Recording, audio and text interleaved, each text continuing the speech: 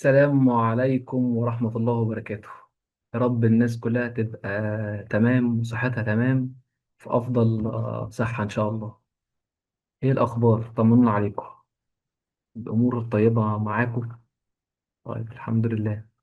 طبعا أنا مبسوط جدا النهاردة إن ويبينار كذا حد كان بيتواصل معانا الفترة اللي فاتت أو الأيام اللي فاتت، كان حريص جدا على الويبينار. بس الواضح الناس لسه بقى يعني إيه، آه، قبل ما تبدأ تجوين معانا عشان أكبر قدر من الناس يحضر ويعرف الأجندة بتاعتنا ونجاوب له على أي استفسار هو محتاجه يعني. أنا مبسوط جدا جدا النهاردة بالويبينار الظريف دوت. بيشاركني فيه المهندسة زينب حسن، من الشخصيات المحترمة جدا جدا اللي موجودين في المجال، اللي الجميع يعني ما شاء الله أجمع على أخلاقها والتزامها. وطبعا بجانب التكنيكات بتاعتها وخبرتها كبيرة في الماركت. وانا بصراحه عن نفسي دايما ببقى حريص ان انا طالما هنطلع ندي للناس سيرفيس او هننقل لهم النو هاو بشكل محترم، يبقى بيشاركنا فيه حد برضه يكون محترم وبيقدر العلم وحابب الموضوع وعنده طول البال، ويبقى مبسوط لما الناس تبقى فهمانه والامور بتبقى طيبه، مش الموضوع بيزنس بس يعني.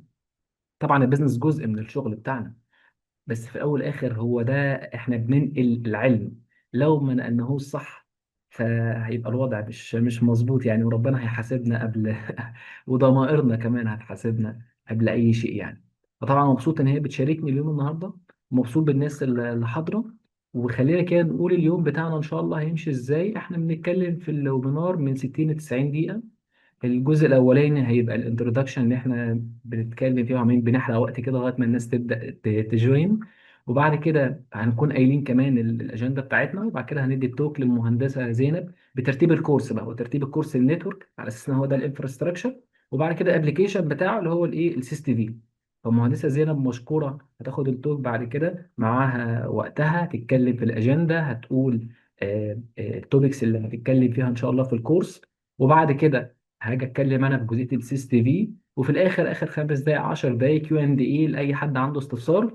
الناس تقعد معانا لغايه الاخر عشان هيبقى فيه كويس كده ظريف وفي مكافآت عليه حلوه ان شاء الله باذن الله. وكله هيخرج من الويبينار بالبلدي كده مرضي يعني ان شاء الله باذن الله، سواء اللي جاوب او اللي حظه ما كانش ايه كويس يعني وما ما جاوبش اجابه صحيحه. فنقول بسم الله الرحمن الرحيم. خلينا في الأول أعرفكم بنفسي. أنا مين؟ أنا هيثم إبراهيم. واحد موجود في الماركت الخاص باللايت كارنت من 2008، نهاية 2008 بداية 2009. كان ليا الشرف إن أنا اشتغلت في الماركت دوت، ودايما بقول أنا الماركت دوت بالنسبة لي مش مجرد أنا واحد بشتغل فيه أو عندي شركة فيه أو عندي بيزنس فيه، لأ، أنا منتمي للمجال بكل شيء. اي اتشيفمنت او اي انجاز بيحصل للمجال انا بعتبره ليا. وخليني احكي لكم قصه كده صغيره. لما جيت دخلت المجال دوت من زمان خالص، كان صاحبي اللي جنبي دوت راح يشتغل في فودافون، دوت اشتغل في اورنج، ولا كان ساعتها موبينيل، وده اشتغل في اتصالات. وانا قاعد جنبهم بقول لهم انا شغال لايت كارنت. ايوه يعني ايه لايت كارنت؟ يعني ما حدش يعرف بجد يعني، المسمى ما كانش موجود والماركت ما كانش بالزخم اللي حاصل دلوقتي. فكنت بحس بالضآلة كده، وان انا ايه ده، انا عملت حاجة وحشة ولا ايه؟ ده سبب لي نوع من انواع الاحباط بشكل كبير حقيقي. وقعدت احاول ان اخرج من المجال، يمين شمال تيجي لي فرصة هنا، وسبحانك يا رب في اخر لحظة ربنا ما يريدش ان هي تتم. لغاية ما بدأت بعد كده واحدة في واحدة احب المجال. بدأت الفرص تجي لي، وكان من حظي كويس ان اول مدير في حياتي ده فرق معايا بشكل كبير جدا جدا، واداني دروس كتيره.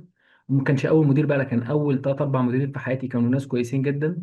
اول بزنس اونر اشتغلت معاه راجل كان متبنيني وبيعتبرني يعني واحد وعضو من العيله يعني بتاعت الشركه، مش مجرد بس موظف. فده اداني باور كبير جدا، وكان بينسباير مي في ان انا ازاي ممكن احسن من نفسي واطور من نفسي. فطبعا في الوقت دوت قلت خلاص، طالما انا ركزت في المجال فانا عاوز المجال ده يبقى كبير جدا جدا.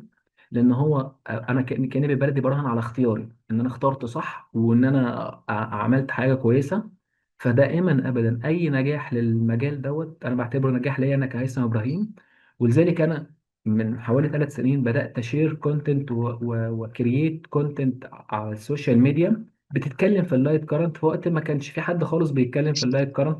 بقيت مبسوط ان في ناس دلوقتي بدات مؤخرا تتكلم في اللايت كارنت، وايا كان بقى الكونتنت بيعجبني مش بيعجبني دي حاجه تانية، بس ان الناس اصلا تتكلم فيه ده يبقى شيء كويس جدا جدا.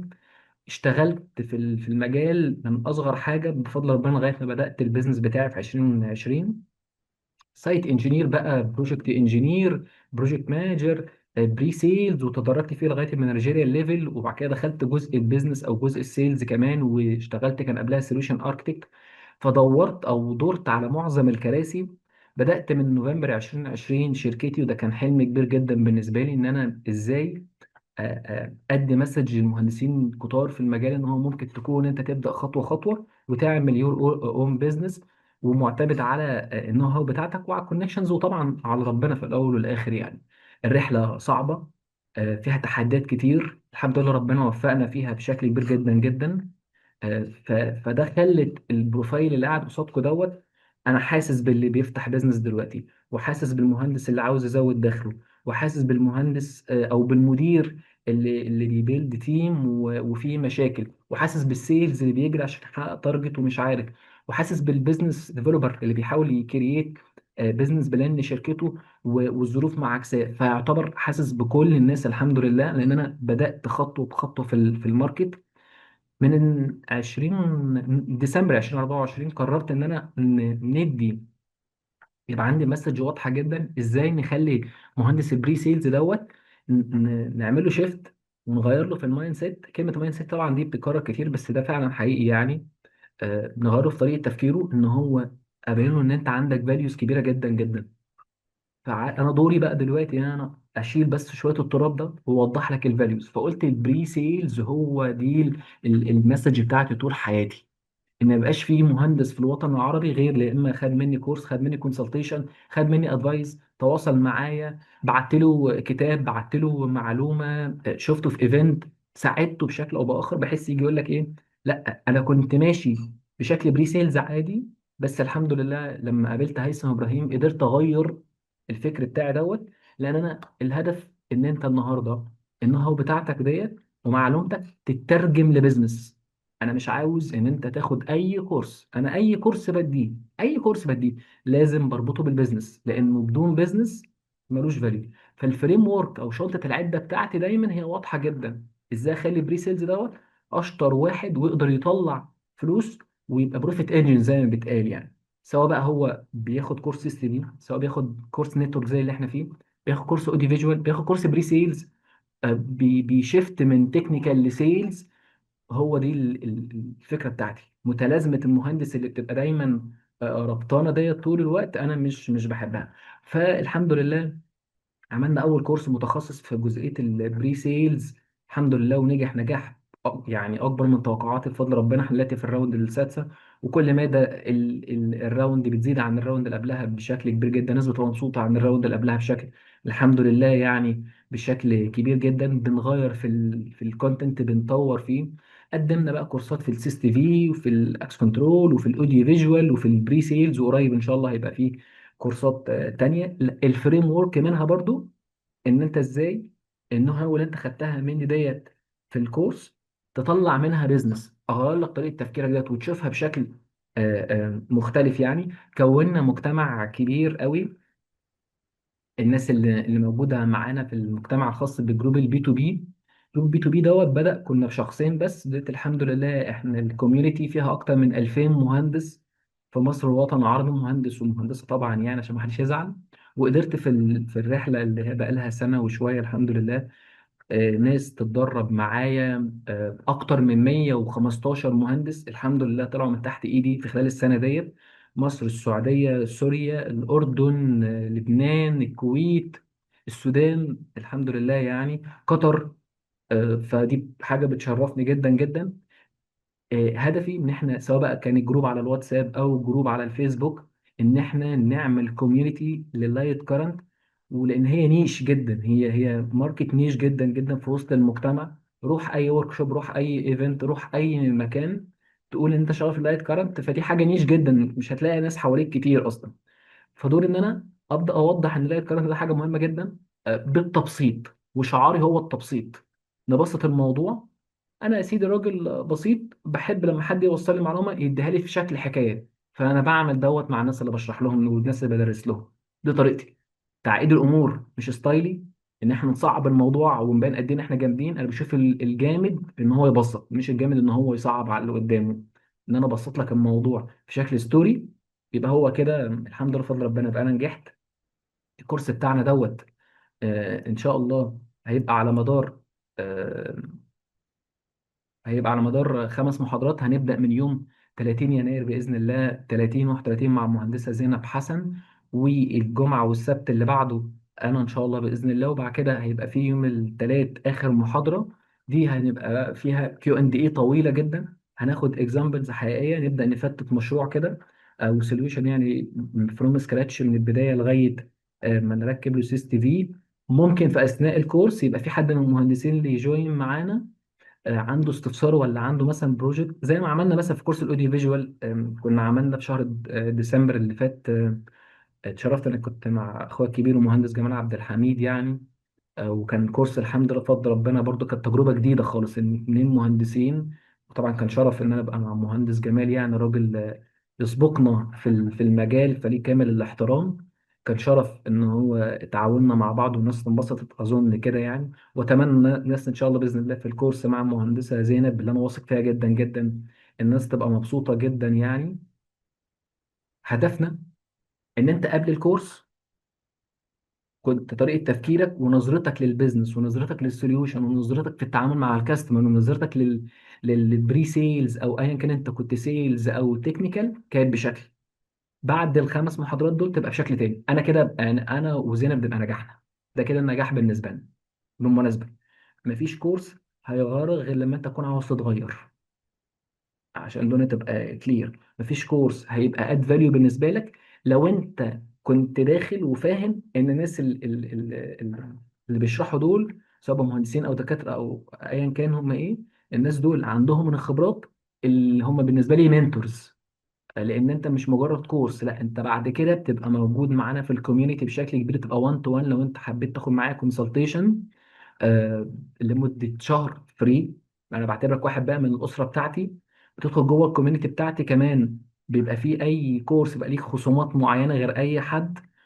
اي بينيفيتس بقى دايما ان احنا بنطور طول الوقت الحمد لله. احنا قلت لكم احنا الكوميونتي كانت بادئه ب2، دلوقتي احنا اكتر من 2000 مهندس ومهندسه.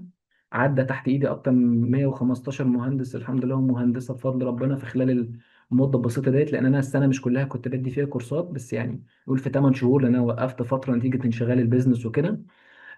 كمان حتى بحاول في شركتي ان احنا لما يبقى فيه فرصه لان احنا لايت كارنت انتجريتور شركه بيست برضه. خلينا اقول لكم احنا مجالنا في ايه. احنا شركه بيست هي لايت كارنت انتجريتور. عندها تو سيرفيس بتقدمها. السيرفيس الاولاني هو لايت كارنت انتجريتور اوديو فيجوال. ده الكور بيزنس بتاعنا، كل حاجه خاصه بالاوديو، بابليك ادرس اوديو كونفرنس، اي حاجه خاصه بالفيديو، سيس تي في، اكس كنترول، الديجيتال ساينج، الفيديو وول، الليد سكرين، احنا بنشتغل فيهم الحمد لله. سبلاي وانستول. سيرفيس تاني جزئيه الاكاديمي، اللي الكورسات دي كلها تحت الامبريلا بتاعتها. انت في الاخر هتاخد سيرتيفيكت عليها اللوجو بتاع بيست، وعليها طبعا السيجنتشر بتاعت المهندسه زينب وبتاعتي تاكيدا ان الراجل حضر معانا. ولو شركتك بعتاك وعاوزه ايفالويشن نقدر نبعت ايفالويشن الحمد لله يعني ايه. بقدر ايفالويت اللي قدامي كويس جدا جدا.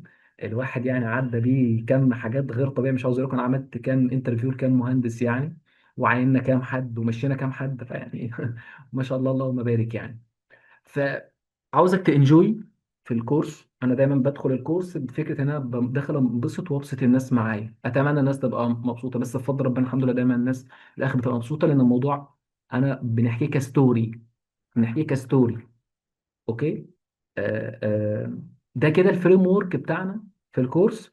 اسيبكم مع المهندسه زينب تقول التوبكس بتاعتها والاجنده، وبعد كده اكمل معاكم. شكرا لكم. اتفضل يا باشمهندسه. مساء الخير والسلام عليكم. خلونا وعليكم نقفل السلام ورحمه الله. نقفل عشان ما يحصلش أي إزعاج في أي اتجاهات.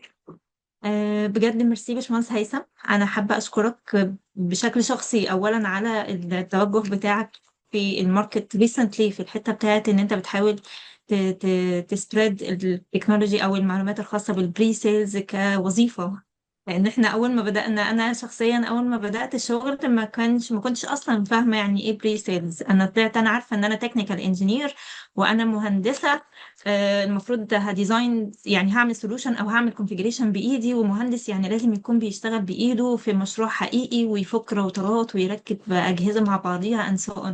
فده كان المفهوم بتاع الهندسة اللي خدناه في الجامعة.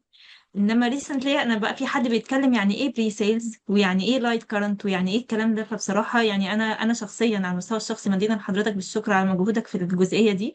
والسبب التاني او الحاجه التانيه اللي حابه اشكرك عليها هي ان انت اتحت لي الفرصه ان انا اجوين الجروب الجميل ده واتكلم في الحته اللي انا بحبها شخصيا وهي حته النتورك. في البدايه اعرفكم بنفسي، انا اسمي زينب، انا مهندسه اتصالات خريجه هندسه الاتصالات والالكترونيات جامعه حلوان. بدايه شغلي خالص ما اشتغلتش هندسه اللي هو الهندسه، اشتغلت زي ما معظم الناس الخريجين في الفتره دي بيشتغلوا كول سنتر. على الرغم من ان كان الكول سنتر في وقتها يعني في وقتها كان تكنيكال، يعني ما كنتش خدمة عملاء حاجة نون تكنيكال، لا كان تكنيكال في شركة اسمها دي لينك. لو اكيد انتوا ممكن يكون عندكم يعني خلفية عن دي لينك قبل كده. خليني اشير برضو السكرين بحيث ان ايه آه تبقى الدنيا واضحة شوية نتكلم فيها ان شاء الله.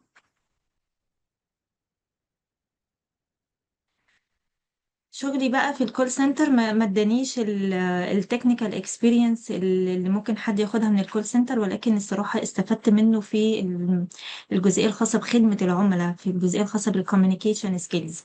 فلو في حد لسه خريج جديد او لسه حد بيبدأ طريق الشغل بتاعه وبيشتغل في كول سنتر او بيشتغل في اي مجال، هو لسه بادئ ومش فاهم الخطوات اللي جاية رايحة فين، انا نصيحتي الشخصية ليه ان انت يعني you have to trust the process. طالما انت متوكل على الله سبحانه وتعالى وبتعمل اللي عليك وبتحاول ان انت تسعى ان انت تطور من نفسك بشكل مستمر، فترست ان المكان اللي انت موجود فيه دلوقتي حتى لو انت شايف ان هو اقل يعني من التعليم بقى ال5 سنين اللي انت اخدتهم في الجامعة والكلام ده كله، لو بنتكلم على حد انجينير او وات ايفر، فترست ان انت اكيد ربنا بيهيئك لحاجة تانية. انا الحاجة يعني اللي مدينة بيها ربنا سبحانه وتعالى ان انا بدأت ككول سنتر عشان ده اكسبني من الكوميونيكيشن سكيلز اللي ساعدتني بعد كده في كل مرحله من المراحل اللي اشتغلت بيها. سواء بقى المرحله اللي بعديها اشتغلت تكنيكال انجينير في دي رينج، ويعني احتكيت اكتر بالحته بتاعت ازاي اشرح سوليوشن، ازاي اشرح برودكت. اي نعم، مش بتكلم ان جنرال، انا بحاول ان انا اقدم السيرفيس اللي الشركه اللي انا شغاله فيها، بس اشتغلت ادتني مساحه ان انا اتكلم مع قاعده كبيره من العملاء. سواء بقى احنا في التكنيكاليتي يمكن اكتر بنبقى بنتكلم مع تكنيكال انجينيرز. ريسنتلي التايتل بتاعي اتغير وبقيت بري سيلز انجينير. ما بقتش تكنيكال، ما بقتش بفوكس قوي على حته ان انا اترابل شوت النتورك او اكونفيجر النتورك قد ما انا اديزاين سولوشن واتكلم من وجهه نظر السيرفيس اللي الكاستمر عايز يحققها دي ايه هي النيدز اللي هو محتاجها من النتورك عشان يحققها. فبقى الفوكس بتاعي ازاي ديسكاس، مش هقول اقنع، انا مش هدفي ان انا اقنع الكاستمر بالسولوشن بتاعي، ولكن انا هدفي ان من الديسكشن بتاعتي معاه الراجل ده يحب السوليوشن او يفهم هو ليه محتاج السولوشن ده. يعني انا هدiscuss معاه بالكوميونيكيشن سكيلز. عشان كده انا شايفه ان الكوميونيكيشن سكيلز ان هي تكون عند حضرتك في ان انت تعرف تدiscuss السوليوشن او تدiscuss البين بوينتس اللي عند الكاستمر ايه هي، تطلعها منه. وبالتالي لما تيجي تديله الحل في صوره بقى منتج، الحل في صوره سوليوشن، في حل في صوره شبكه، هتديزاين الشبكه بشكل مختلف، الراجل ده هو من نفسه اللي يكون حابب ان هو يشتغل معاه. العميل مش بيشتري منتج، العميل بيشتري ثقته فيك رقم واحد، وثقته في ان الشخص اللي بيتكلم معاه ده هو شخص فاهم السوليوشن اللي بيبيعه او فاهم الكونسبت ورا الحاجة اللي هو بيحاول يشرحها. وطبعا قبل ما نكون بنبيع حاجة او قبل ما نتعامل على ان احنا سيرفيس بروفايدر او سوليوشن بروفايدر او وات ايفر، احنا في الاخر كلنا كاستمرز. يعني انا قبل ما اتعامل مع العميل ده على ان هو عميل، انا بحط نفسي مكانه واشوف انا لو انا مكان هذا الشخص ايه الطريقه اللي انا حابه ان انا الشخص ده يكلمني بيها ويقنعني بيها بالفاليو، او انا محتاجاه يفهم الاول ايه المشاكل اللي عندي، وبالتالي يتكلم من واقع المشكله اللي عندي ازاي نحلها، مش يتكلم من واقع إيه المميزات اللي موجوده عنده اللي المفروض ان انا اشتريها. الموضوع ده فارق كتير جدا جدا في الناس اللي هم بيشتغلوا في مجال المبيعات. ومع البري سيلز، علشان انا يعني احتكيت بيه بشكل كبير جدا في شغلي.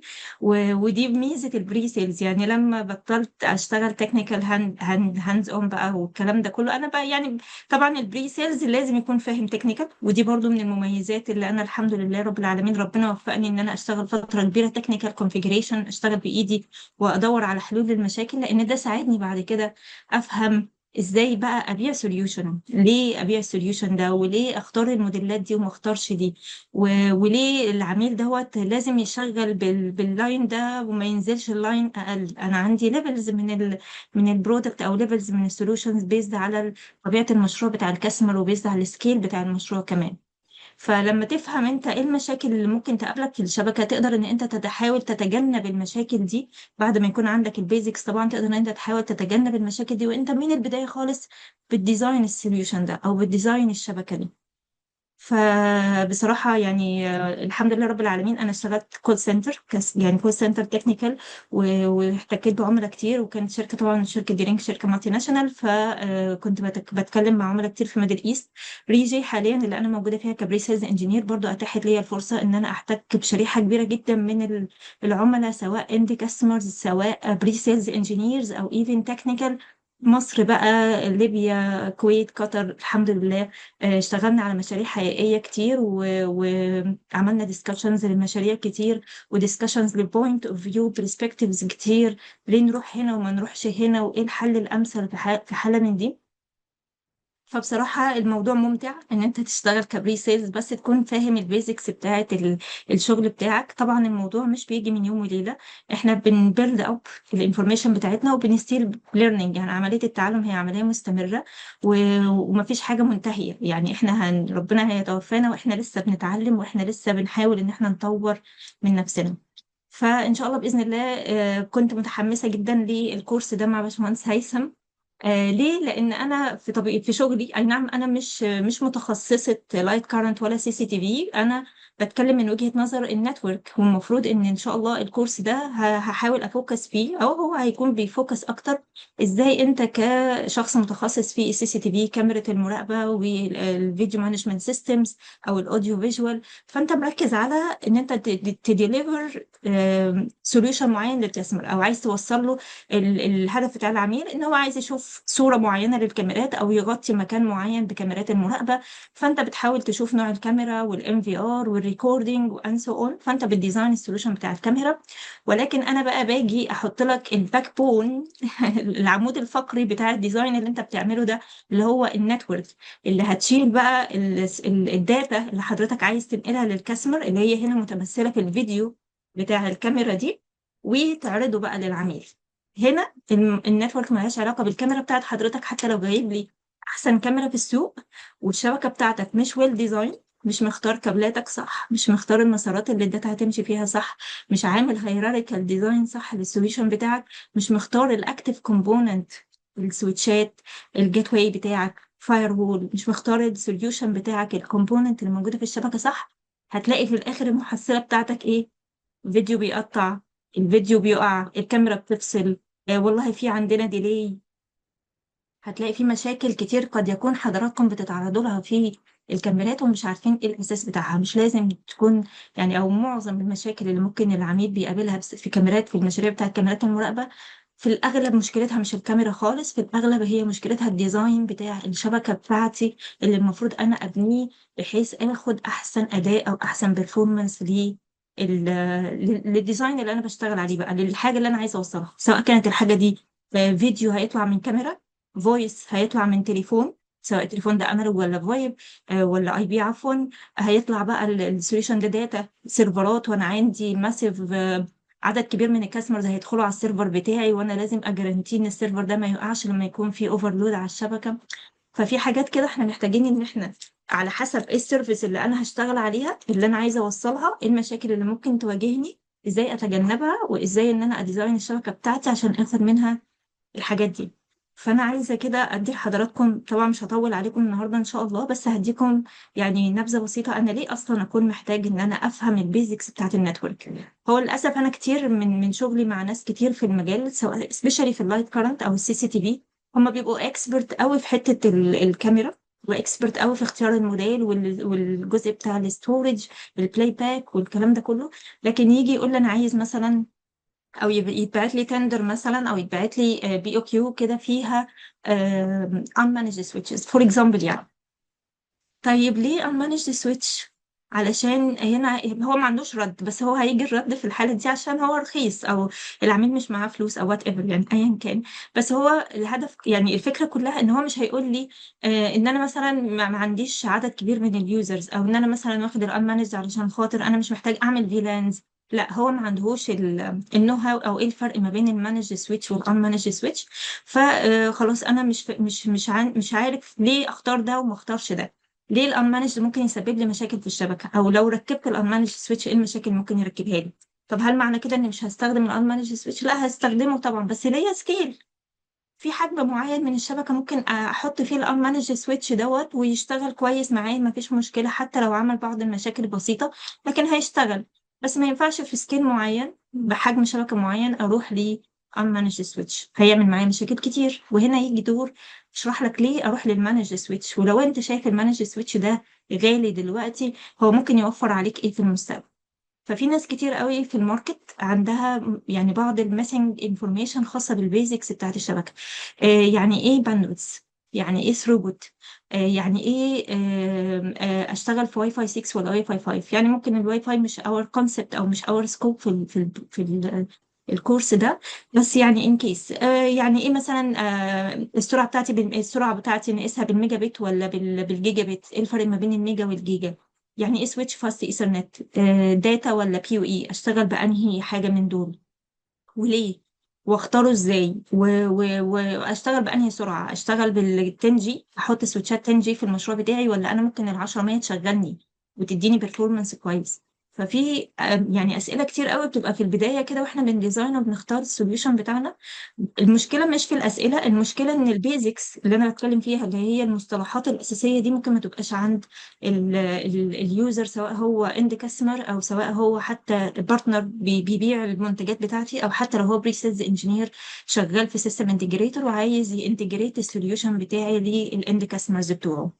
فالهدف من الكورس ده ان شاء الله ان احنا بس نشيل بقى ايه الغطا كده، او نوضح المصطلحات البسيطه الخاصه بالشبكه اللي تخليني انا كراجل نون اكسبرت في النتورك، بس ولكن اقدر ادiscuss مع العميل بتاعي انت ليه محتاج ده ومش محتاج ده، او خد بالك انت لو استخدمت السويتش الفلاني ده هيفيدك في واحد اتنين تلاته، ولو استخدمت ده خد بالك ممكن يعمل لك مشاكل معينه في الشبكه. خد بالك ان انت هتشتغل بكاميرات عاليه، الريزوليوشن بتاعها عالي، فبالتالي الباندويث بتاعك لازم يكون اعلى من اللي انت بتستخدمه.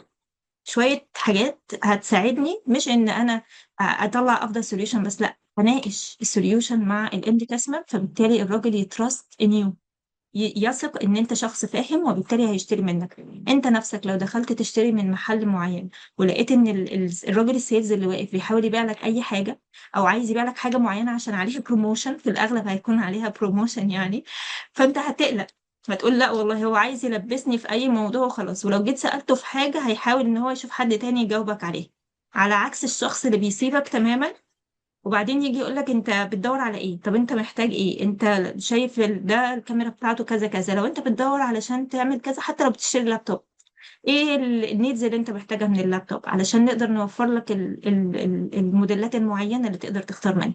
الناس اللي بتفهم، الناس اللي لما تيجي تشتري بتثق فيها اكتر من ان حد بيبيع لمجرد ان هو عايز يبيع ويقول لك ان ده كوست افكتيف وارخص حاجة وخلاص.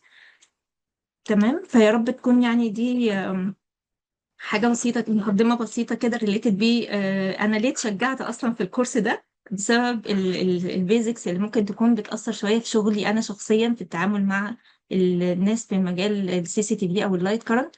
وكتير بيطلبوا إن هم عايزين يفهموا البيزكس، مش شرط حتى يعني اللي أنا بتكلم فيه في الديزاين، هو مش عايز يديزاين، حتى مش هيديزاين، بس أتليست هو واقف في شغله يعرف إيه الفرق ما بين الراوتر والسويتش. طب اخد سويتش لاير 2 ولا لاير 3؟ عميل داخل لي بسويتش، ازاي اعرف السويتش دوت مانجد ولا ان مانجد؟ طب وايه الفرق ما بين الاثنين؟ طب الكابلات بتاعتنا، في كابلات باسيف واكتف، اشتغل سوري في كابلات باسيف فايبر وكبر، نروح للفايبر ولا للكبر؟ وايه ليه العميل يستخدم ده وما يستخدمش ده؟ ففي بعض، بس الاس اف بي لما اجي اقول له هنركب اس اف بي على السويتش، يعني ايه اس اف بي؟ ففي بعض الحاجات اللي هي تعتبر بيزكس ان شاء الله باذن الله نغطيها في الكورس ده. فخليني بس اديكم هنت سريع، انا ليه ممكن اكون محتاجه اعمل شبكه، او احنا ليه بنحتاج اصلا الشبكات في حياتنا احنا كانجينيرز او كديزاينرز او كبري سيلز او ايا كان. اول هدف خالص من الشبكه بتاعتي هي الكونكتيفيتي.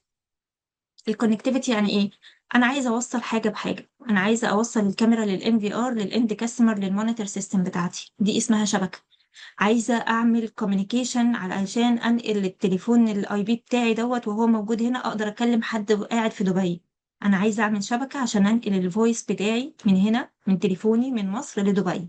عايزه اعمل شبكه عشان خاطر عندي مجموعه سيرفرات وعايزه اليوزرز بتوعي يدخلوا على السيرفر ده يكولكت داتا معين. عايزه اعمل شبكه عشان اربط الفروع بتاعتي، انا عندي ديماند معين. الهدف كله ايه؟ كونكتيفيتي، انا عايزه اعمل كوميونيكيشن او اوصل نقطتين ببعض. فده رقم واحد.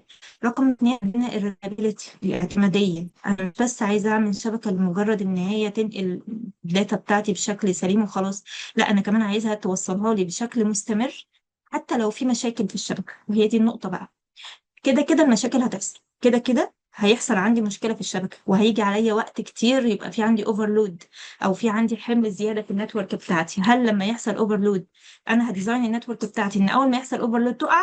لا، ما ينفعش. فاذا انا عايزة اعمل شبكة تكون ريلايبل، تكون اعتمادية، واعمل في حسابي احنا بنعمل بقى ناخد في بالنا كده الريسك فاكتور.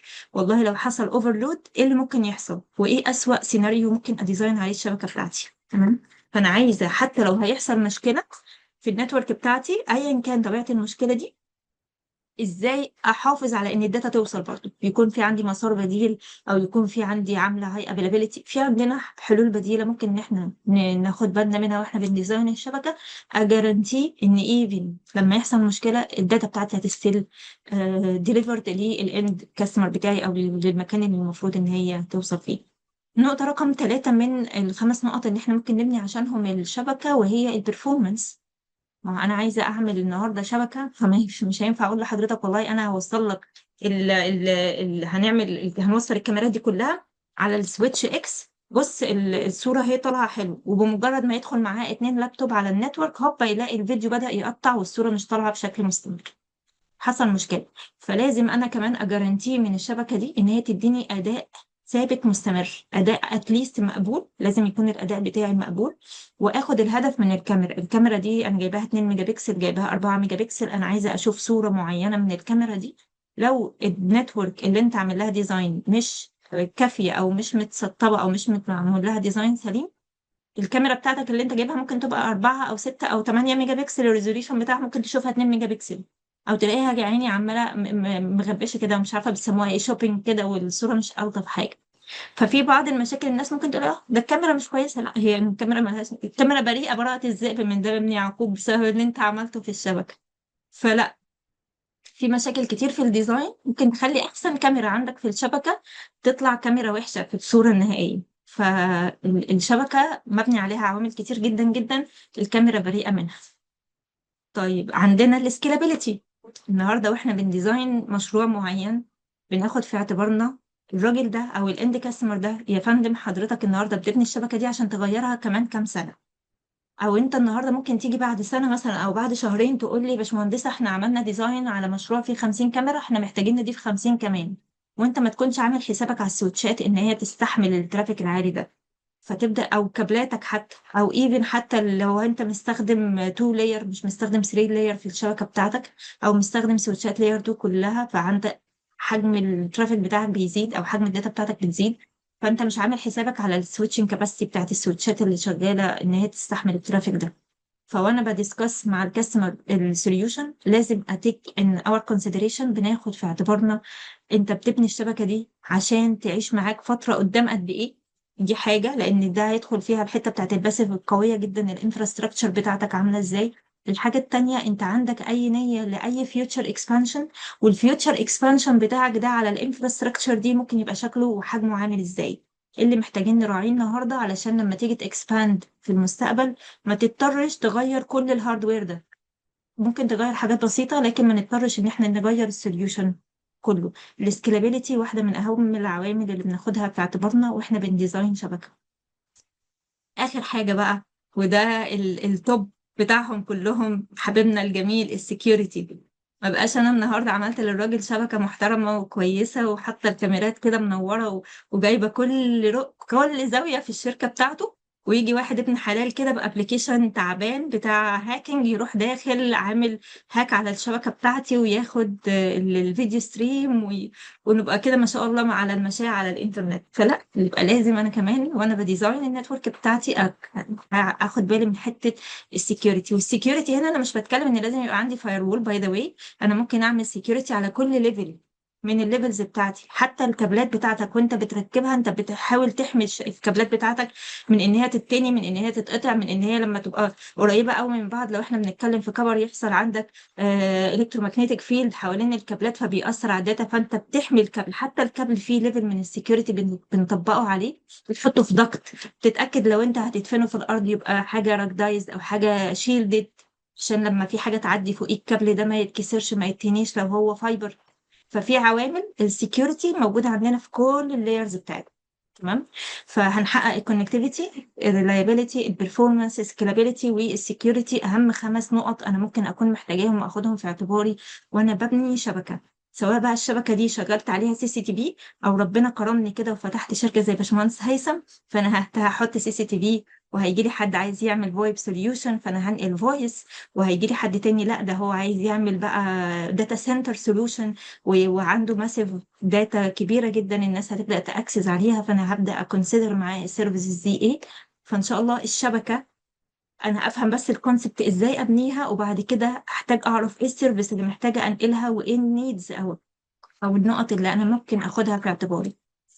الكورس بتاعنا إن شاء الله هو بيزكس بس هنتكلم فيه سريعا كده، هقول لحضراتكم إيه الأجندة. ولو عندكم أي أسئلة ريليتد بالكورس أو أي أسئلة أو أي حاجة أنتوا حابين إن هي تكون يعني included في الكورس ده من ناحية النتورك، يا ريت تكتبوا لي في الشات. انا هقرا كل التشات بتاعكم ان شاء الله انا وباشمهندس هيثم ونرد عليه. لو عندكم اي سؤال او استفسار او اي حاجه ريليتد بالكورس او اي معلومات انتوا شايفين ان هي ميسنج معينه بتقابلكم مشاكل في شغلكم وحابين ان هي تبقى انكلودد جوه الكورس، اكتبوا لنا في التشات. ان شاء الله هنبدا بايه؟ هنبدا ليه الشبكه بتاعتي مهمه من ناحيه من وجهه نظر او من البرسبكتيف بتاعه CCTV بروجكت. لان انا في CCTV هركز اكتر على الفيديو كداتا انا محتاجه انقلها، وايه الحاجات اللي محتاجه ان احنا نراعيها في الشبكه بتاعتنا اللي بنبنيها لشبكه كاميرات المراقبه. بعديها هنتكلم عن ايه مكونات الشبكه دي. الشبكه اللي انا بتكلم فيها دي وعماله اقول هي مسار وبتنقل داتا والفرح الهندي اللي انا عماله احكي فيه ده، الشبكة دي بتتكون من ايه؟ عندنا جزئين، الاكتف والباسيف. فالاكتف كومبوننت الهاردوير ديفايسز بتاعتنا، الباسيف الكابلات بتاعت حضرتك المحترمة اللي هتستخدمها. هتروح تجيب لنا كابلات مضروبة ولا هنجيب كابلات كويسة ولا هنعمل ايه؟ وقد ايه الكابلات مهمة جدا في الانفراستراكشر، مهمة جدا وانت بتديزاين الشبكة بتاعتك، قد ايه بتفرق في البرفورمانس بتاع الشبكة. وهقول لكم على كيس حقيقية حصلت معانا واحنا شغالين. عميل كان عنده مشكلة في الكاميرا، يعني الكاميرا مش كويسة، وطلع السبب ان هو الكابل اللي راكب ده مضروب، وكان الفكرة كلها السويتش طلع له في الالارم نوتيفيكيشن ان في مس بيرفورمانس او في بيرفورمانس سيء من الكاميرا دي. لما عمل كيبل تيست، يعني لما عمل كيبل تيست طلع له ان الاداء بتاع الكابل او البرفورمانس بتاع الكابل مش بيوصل الداتا بشكل كافي. فالراجل غير الكابل، اكتشف فعلا ان الكابل ده ما كانش حاجة براند نيو، كابل فيك. فغير الكابل، اخد performance احسن في الجهاز اللي كان واصل الناحيه التانيه. الباسيف كومبوننت هنتكلم عنها ان شاء الله. الاكتيف كومبوننت من ناحيه الهاردوير بقى بتاعنا، سويتشاتنا، الفاير وول بتاعنا، الجيت واي بتاعنا، الراوتر بتاعنا، اشوفها ايه الهاردوير كومبوننت اللي انا ممكن اكون محتاجاها في الشبكه بتاعتي، وايه الفرق ما بين كل واحد منهم وكل واحد منهم بيشتغل او ايه دوره في الشبكه. عشان نفهم احنا خلاص عرفنا الأجهزة وعرفنا ليه استخدم ايه أهمية النتورك في مجال الكاميرا بتاعتي وازاي استخدمها عشان ديزاين سوليوشن سليم للعميل يقبله ويبقى تراست فيا ويرجع لي مرة واثنين وثلاثة. محتاجة أعرف الداتا دي هتمشي ازاي جوه الشبكة. فهنتكلم بإذن الله عن الديزاين بتاع النتورك، الهيراريكال ديزاين، وهنتكلم في حاجة اسمها 7 layers. الداتا بتاعتي من أول مثلا خلينا نعتبر كده، لو انت بتمسك تليفونك وفاتح جوجل وبتكتب مثلا، بتكتب اي يو ار ال ويب سايت معين، فانت بتدخل هنا الحاجه اللي انت محتاج توصل لها اللي هو اليو ار ال ده او الويب سايت. من اول بقى ما الداتا اللي انت كتبتها دي او البيتس بتوع اللي هنسميها بيتس بقى، هنتكلم عن وحدات نقل الداتا ان شاء الله. وحدات الداتا بتاعتها من اول ما بتكتبها على تليفونك، وبعد كده التليفون ده يبدا ينقلها للاكسس بوينت. انا واصله على واي فاي هنا، فهيبدا ينقل الترافيك بتاعي ده للاكسس بوينت اللي هتاخدها وتعمل عليها بعض البروسيسنج، تنقلها للسويتش، السويتش هياخدها ويعمل عليها بعض البروسيسنج وينقلها للراوتر، والراوتر بعد كده ياخدها يعمل عليها بعض البروسيسنج وينقلها للورلد وايد ويب بتاعتنا بقى، يطلعها على الانترنت والانفراستراكشر بتاعت مصر الاتصالات، تاخدها وتعمل العمليه بتاعت الراوتنج لحد ما توصل للسيرفر بتاع اليو ار ال اللي انت طالبه.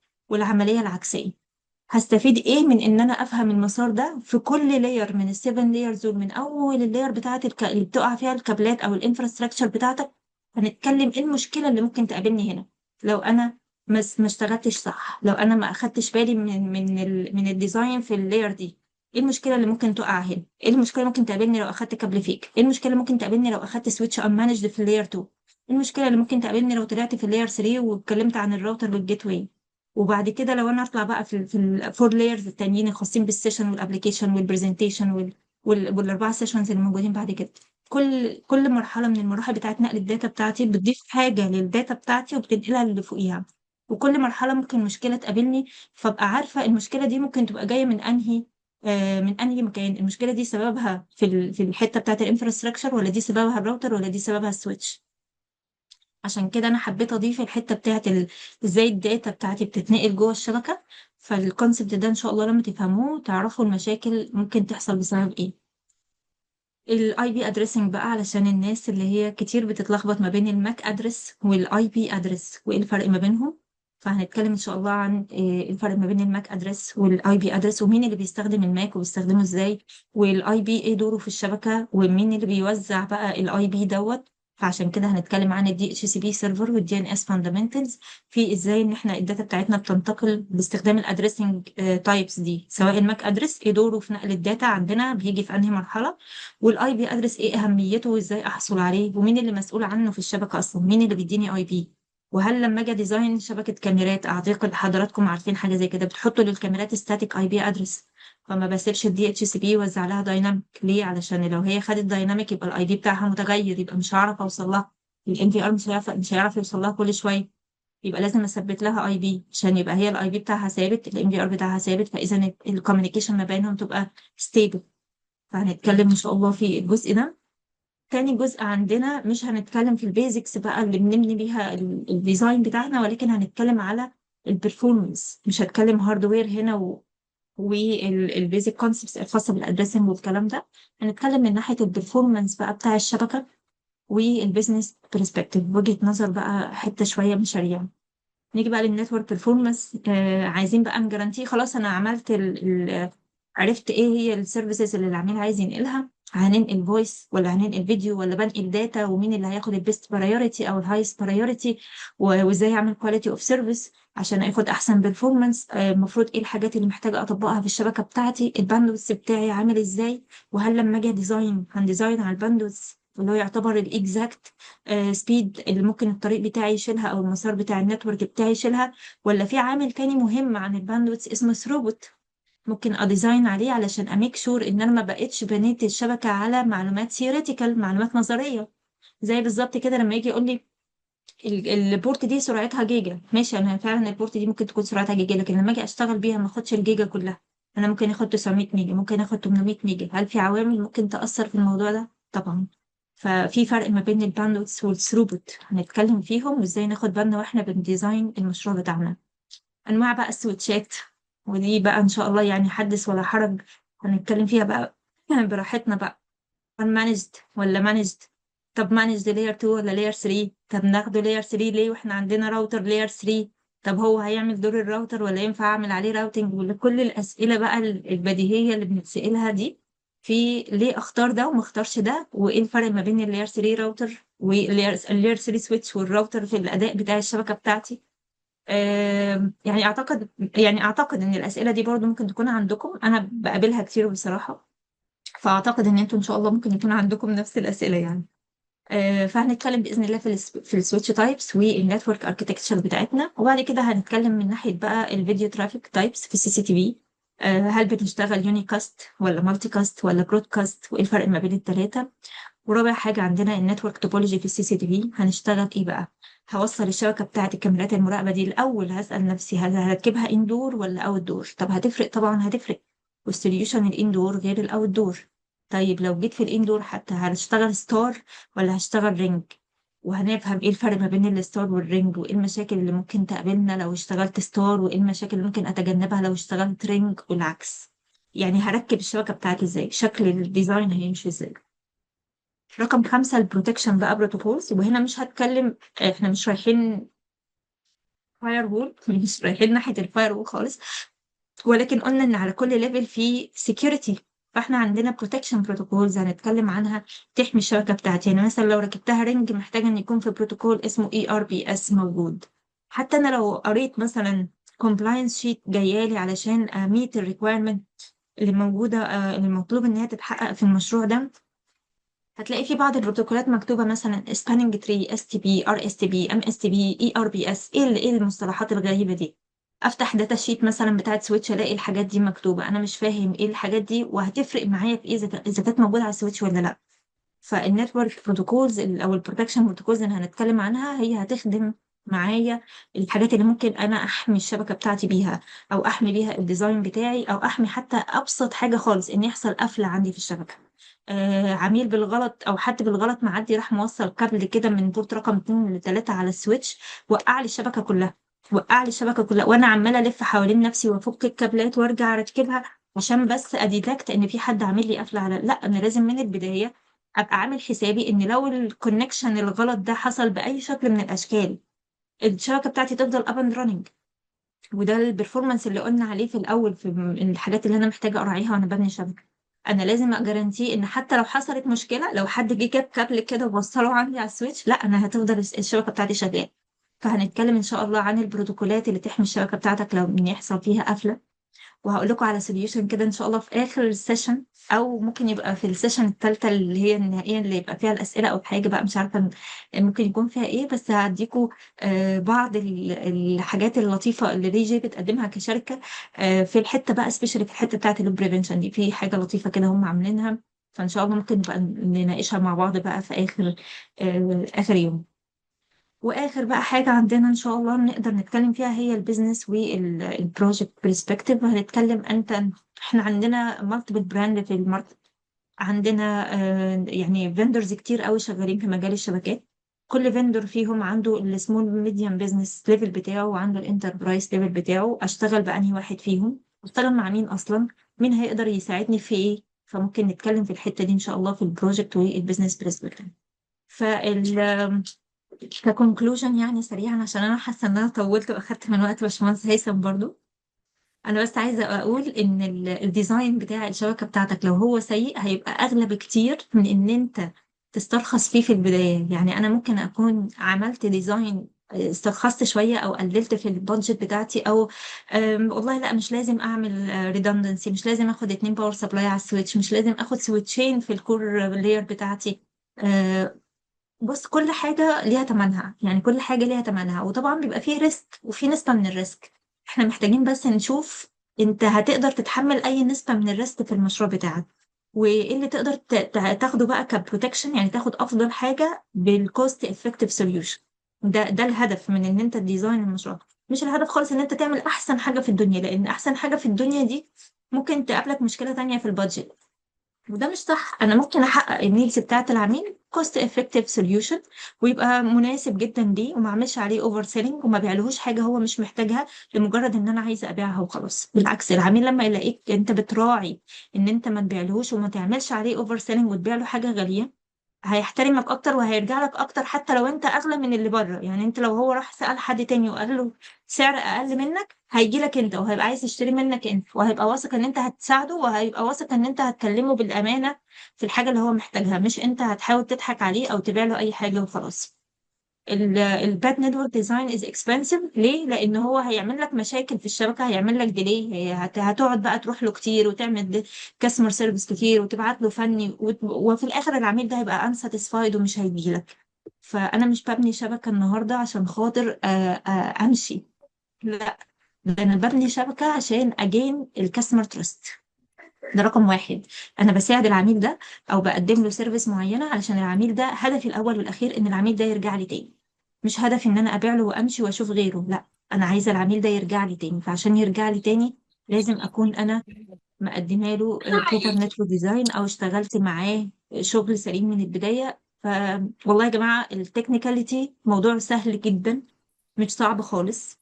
الصعب هو ان احنا نتعامل بامانه مع الناس، وان احنا مش يعني نتكلم صح، ما نعملش، ما نبيعش لمجرد ان احنا عايزين نبيع فنقول حاجه مش موجوده، او نحاول ان احنا ناخدها بالفهلوه وكده، عشان برضو الناس دي انا بقابلها كتير. بس اللي بيكسب في الاخر واللي حقيقي الناس بترجع له هو الراجل اللي بيبقى من البدايه صادق في كلامه، او بيحاول يدور على مصلحه العميل مع مصلحته الشخصيه. مش هقول احنا مش شغالين يعني لله وللوطن، في الاول وفي الاخر ده بيزنس وين وين سيتويشن، ما يبقاش وين ولوز، يعني مش لازم هو يخسر عشان انت تكسب. تمام.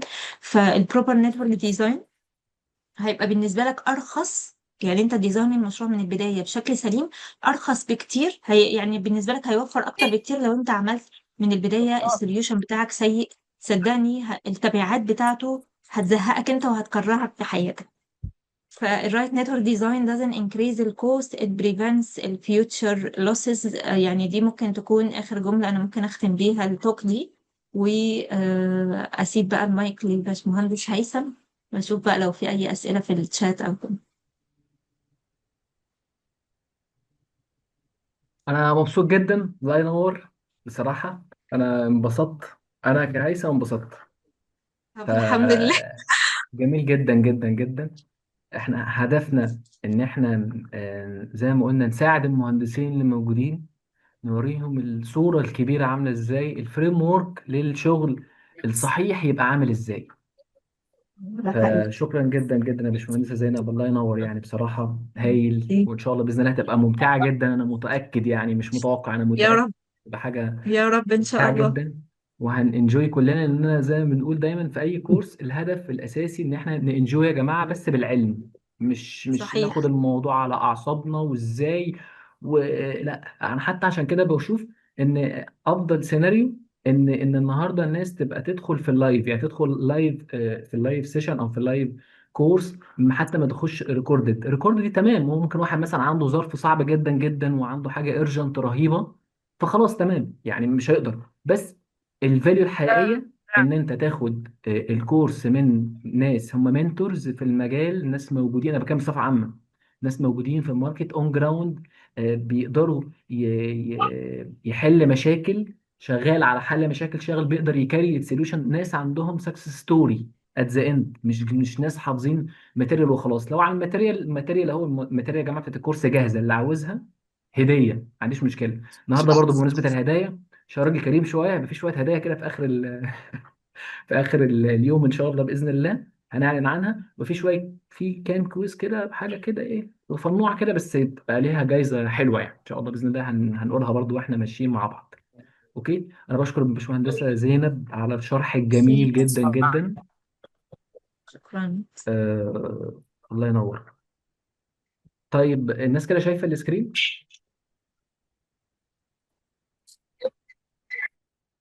حد يبعت لي يقول لي في الشات ان هو شايف السكرين ولا مش شايف؟ شايفين اه. طيب كويس، مية مية. طيب بمنتهى البساطة كده، احنا الأجندة بتاعتنا احنا بناخد المهندس في جيرني، من كأنه واحد لسه بدايته في المجال، جزئية السيس تي في، لغاية واحد شغال في الفيديو اناليتكس، وشغال في اويل اند جاس سيكتور، شغال مع الارم سيكتور، شغال بيقدر هو اللي بيكرييت ار اف بي فروم سكراتش للكاستمر.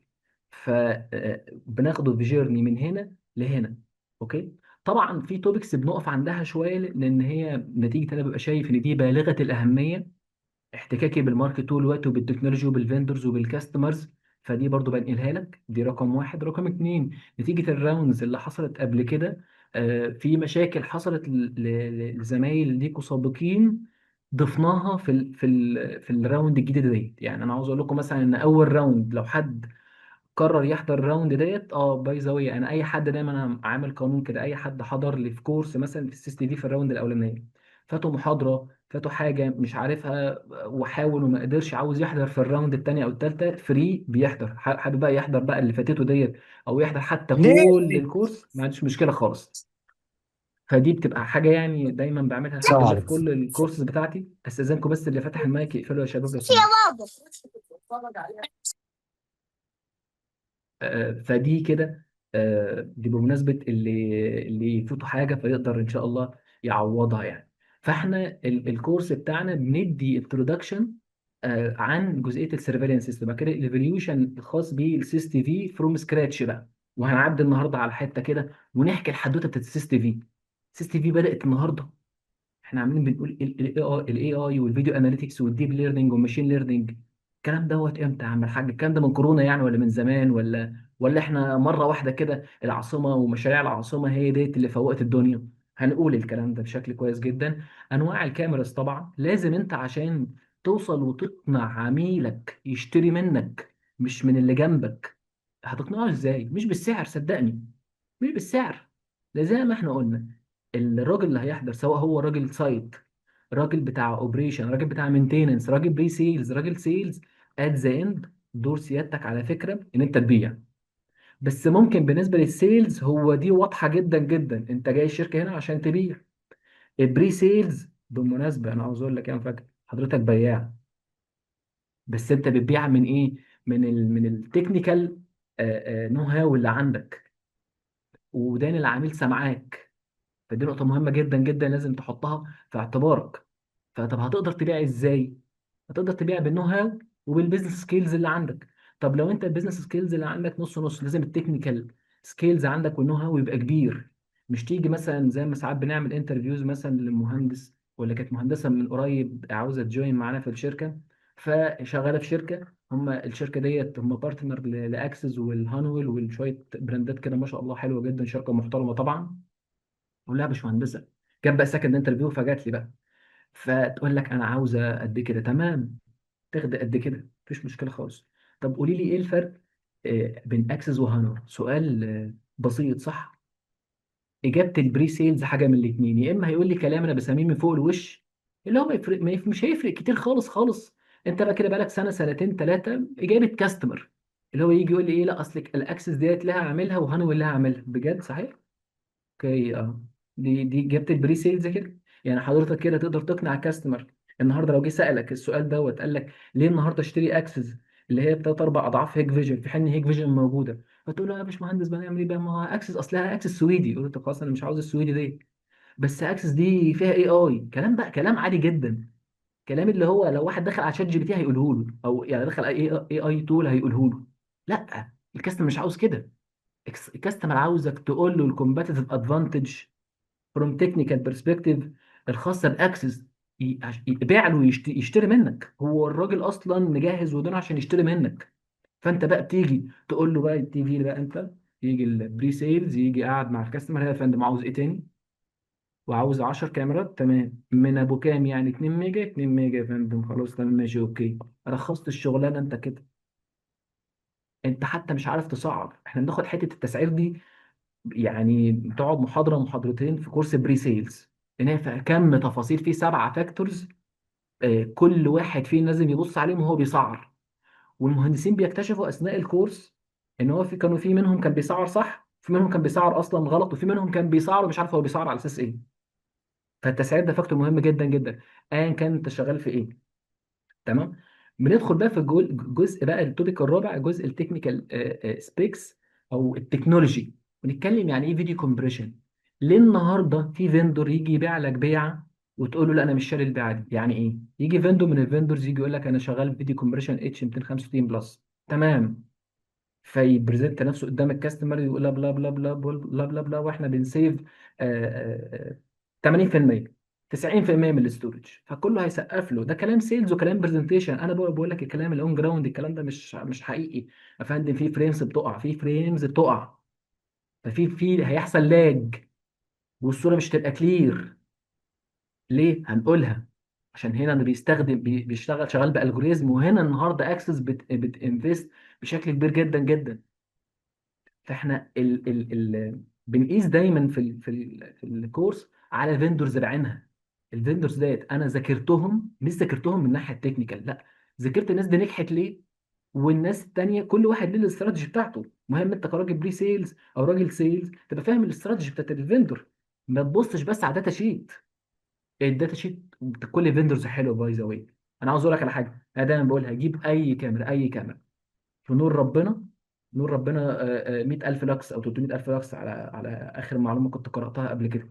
حط بس الكاميرا ديت في نور الشمس، هتطلع لك احلى كالرز، هتطلع لك كواليتي هايله، برايتنس جباره. بس مش هو ده اللي تشالنج اصلا قصاد الكاميرا، في حاجات كتيره. فهنتكلم عن الفيديو كومبريشن، هنتكلم عن الاي اي والفيديو اناليتكس، في مفاهيم اساسيه بتعدي علينا كده، وعارفين فيها القشور. ما انا بقول لك اقف بس عليها، افهمها كويس، بيعها. الاستورج كالكوليشن، وندخل جوه الاستورج كالكوليشن ونشرحها بالتفصيل، يعني لان هي فاكتور مهم جدا. لان انت النهارده لو ما قدرتش تحسب الاستورج بتاعتك كويس جدا، ده هيمبكت عليك بشكل غير طبيعي. بص يا شباب، النهارده الكورس ده الفريم ورك بتاعه في توبيك كده انا مسميه تي سي او. يعني ايه تي سي او؟ توتال كوست اوف اونر شيب. ده الطريقه بتاعته والستايل بتاعي ازاي انا ابيع للكاستمر النهارده تي سي او. يعني انا عاوزك توصل لمرحله زي ما في مهندسين الحمد لله حضروا معانا ووصلوا للمرحله ديت، ان هو بتيجي تقول للعميل: ما تبصش يا فندم تحت رجلك، الكلام سهل. طب هتعملها ازاي؟ هتيجي تقول له: النهارده تكلفه السوليوشن دوت قد كده، انا بقدر اقدم لك ورنتي قد كده، الورنتي دوت هيوفر لك 3 ل5 سنين. طيب الباك اند بقى بتاع الكلام ده ايه؟ انا جبت لك ليه هجيب لك الكاميرا الغاليه؟ ليه هي غاليه؟ ليه هي غاليه؟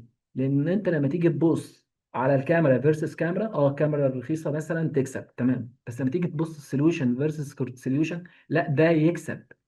فاذا ده بقى التي سي او، التوتال كوست اوف اونر شيب، التكلفه المبدئيه لغايه تكلفه ايه ما بعد البيع في اثناء الورنتي. هيحصل كم مره بجايه للمشروع، فكل شويه هترفع التيكت او تكلمني او تبعت اوفيشال ميل: يا جماعه ده حصل مشكله. الفيزيتس دي بفلوس، ويا ترى هي دي كونسيدرد في كوتيشن ولا لا؟ انا بقول لك غالبيتنا بيبقى غصب عنه مش بيقدر يكونسيدر دوت، لان ساعتها سعرك هيبعد قوي. الا لو عندك ايدج جوه الشغلانه كبير، فهتقدر ببلد ترحرح وتحط مارجن وتحط ريسك فاكتورز اللي انت عاوزها. ما هي كلها متربطه ببعضها يا باشمهندسين. تمام. السيستم كومبوننت بقى بنبدا نقطع الكاميرا كده. زي ايه نقطع الكاميرا؟ ايه هو اصلا مكونات الكاميرا عامله ازاي؟ نشرح حدوته. الكاميرا دي ايه هي؟ مكوناتها ايه؟ اللينس ده بيعمل ايه؟ الانش سنسور ده بيعمل ايه؟ اوكي، مين اللي مسؤول عن البروسيسنج؟ الدي رام ده بيعمل ايه والرام بيعمل ايه؟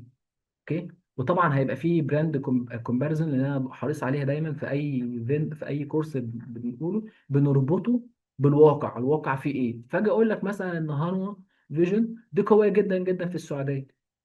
مش كلام وخلاص، لا ده كلام بارقام ودلائل، وعندنا اثباتات للكلام دوت. احنا بنتكلم برضو تكنولوجي، مش بنتكلم اللي هي فتحة صدر كده، لا بنتكلم كتكنولوجي وايز. فانت كمهندس، مهندس مش مشكلة بقى، انت سيلز، بري سيلز، اوبريشن، ان شاء الله حتى اتش ار، بس انت مهندس. الكاستمر بيبقى مستني منك ايه؟ اهضم المعلومة، اهضم المعلومة. وانت معايا في المحاضرة، اسمع ما تكتبش، اسمع الحدوتة. بعدين في الريكورد اسمع ووقف واكتب واعمل كده. اعمل كده عادي. انا في الكورسات بتاعتي المحاضره ممكن تبقى ساعتين، تطول يا باشا، على حسب الجروب. الجروب الاخير بتاع كورس بريسيلز ده ما شاء الله احنا فيه محاضره قعدنا فيهم 3 ساعات ونص مثلا. جروب قوي، الناس بتتعلم، الناس بتذاكر، بيبعتوا لي صورهم هم بيذاكروا وسكرين شوت، يقول لي انا بذاكر في الحته ديت، ويبعت لي سؤال لي، انا ببقى مبسوط جدا على فكره، ببقى مبسوط جدا. معنى كده ان المسج وصلته، معنى كده ان الراجل فهم الموضوع كله، السوليوشن كله. فانا بقول لك ده اكيد اللي بيعمل ده استفاد جدا. ومعنى كده ان بعد الكورس الار او اي بتاع الثمن الفلوس اللي دفعها في الكورس هياخدها في شهر. انت النهارده الكورس دوت باكس ب 2 اكس، مش ارقام، هي مش ارقام. بتسال نفسك سؤال. انا رحت حضرت مع مهندس هيثم ومهندسه زينب كورس، دفعت فلوس. اسال نفسك ازاي ترجع الفلوس ديت اضعاف. انا اقول لك سهله جدا. وانت داخل الكورس تقول انا دفعت كده وكانت معلوماتي قد كده، عاوز اتعلم مهاره في اثناء الكورس، اجين بعدها لما اروح اعمل انترفيو، او اوصل لمرحله ان يتعمل لي هيد هانتنج، مش احط على البروفايل اوبن تو ورك. الكلام ده عفى عليه الزمن خلاص، عفى عليه الزمن. يعني انت حاطط اوبن تو ورك وراح تنيجوشيت في السالري بتاعك، يا راجل يا راجل الكلام ده بقى قديم قوي. البروفايل بتاعك على لينكد ان هو ده السي في بتاعك، هو ده السي في بتاعك. متلازمه المهندس بتاعت اللي يشتغل ما يقولش واللي يقول ما يشتغلش، الكلام ده عفى عليه الزمن خلص، خلص. انا بشبه دايما تحديدا مهندس البري سيلز ده عامل زي لاعب خط النص. لاعب خط النص دول ياما عدى علينا سواء في الدوري المحلي او في الدوري الاوروبي، لعيبه زي ما انت عاوز، مئات اللعيبه. فاكر منهم كام واحد؟ بيبقى في الذاكره المميزين اللي ليهم اسعار غاليه وعاليه. نفس القصه، انت كراجل مهندس شغال كسيلز، مميز في ايه؟ بتحط دايما التول كده. انا مثلا في شركه مبنيه على فكره ان هي بتبيع سوليوشنز، وبنشتغل شويه باكسس وشويه بهانول وشويه، تمام. يبقى انت لازم يبقى عندك النو هاو، لازم يبقى عندك الكونسبت، لازم تبقى فاهم اصلا ايه الكومبوننت، لازم تعمل سوات اناليسز للاوبورتونيتي بتاعتك. ومن ضمن السوات اناليسز اللي بتعملها جزء التكنيكال، الجزء التكنيكال كمان. لكن معلش يعني للاسف الشديد كتير من المهندسين بيختار شركه اللي مثلا تكون ديستريبيتور، مثلا معلش هي جت فيك يعني كده، روجيه مثلا، هي هايله البراند هايل تمام، ال جي يا ستي، سامسونج. ليه ده؟ عارفين ليه؟ بيستسهل. هحفظ وهروح للعميل، العميل اصلا كده كده عارف ال جي من قبل ما أنا افتح بقي، عارف الرجي من قبل ما أنا افتح بقي. اسهل حاجه اكلم مهندسه زينب شاطره جدا وهي اللي هتنقذنا، يا باشمهندسه تعالي النبي خلص لنا القصه دي. فانا كده بقى اسمي سيلز جامد او انا بري سيلز جامد، انت بتضحك على نفسك. طب لو شركتك قررت بكره تشتغل بنيو براند، هتفضل تأتاك البراند دوت وتقول الشركه بقى مش شغاله بشكل مظبوط، وي وي وي وي تستسهل، برغم ان الفاليو الحقيقيه ليك انت كمهندس هي في النو هاو اللي عندك، وازاي هتقدر تقنع العميل بيه. باي ذا واي، لان دايما كده دايما، وانا بجربها، انا مجربها في كورساتي وفي الشركه كمان. طبعا بحاول قد ما اقدر نعملها في الشركه، بس مش دائما ابدا، عشان اكون صريح الكومبيتيشن بتسعفنا. بس انا هقول لك على تجربتي. انا النهارده جيت نزلت كورس بتاع بري سيلز، ما كانش حد عمله قبل كده خالص بفضل ربنا، تمام. وسعرته تسعير كده جه عادي في دماغي. قررت بعد كده ان انا اغير السعر ده، الناس اشترت. قررت بعد كده إن أنا ازود السعر، الناس اشترت برضه، لقيت فاليوز. هي دي القصه، هو لقى فاليو، هو لقى فاليو. وانا ما بنزلش اي ديسكاونت على كورساتي تماما، ولا بعمل ادز. ممكن ليتر نعمل ادز عشان ابقى واضح هنا، كل دوت شغل اورجانيك، كل ده اورجانيك، ما بنزلش ادز. انا قاصد يعني ماشي باستراتيجي كده معينه، لكن اللي يجي يتابع انا ما بنزلش خالص ديسكاونت. ممكن بننزل سعر الحجز المبكر بسعر، والحجز الطبيعي بسعر تاني، ده طبيعي جدا. الناس بتوعي الكوميونتي بتاعتي اللي خدوا معاهم كورسات بميزهم بياخدوا ديسكاونت معين، ده طبيعي، تمام. فدي ليه؟ بتقدم فاليوز. وانس ان انت رحت وقدمت للكاستمر بتاعك فاليو، فتفهم السوليوشن، فتبقى فاهم المانج وان مانج سويتش، فاهم البروتوكولز اللي انت محتاجها. فما يروحش حد يضحك عليك وانتوا قاعدين كده في وسط ممارسه، يجي يقول لك احنا هنشتغل برينج توبولوجي، فانت هنشتغل برينج توبولوجي. طب ليه؟ طب ما تاخد المايك وتطلع تشرح. اوكي. بنتكلم كمان على الماركت اناليسز، الديزاين ستاندرد والكودز، لان عاوز افاجئكم بحاجه.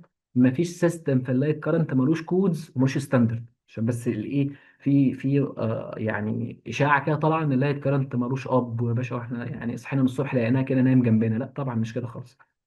النهارده اللايت كارنت اختار زي ما انت عاوز، الفا الارم ليه كودز، الاوديو فيجوال ليه اورجانيزيشن هي اللي مسؤوله عن ايه الستاندرد. لو انت النهارده عاوز تحط فيديو وول تعمل ايه، لو انت النهارده عاوز تعمل كوماند كنترول سنتر تعمل ايه.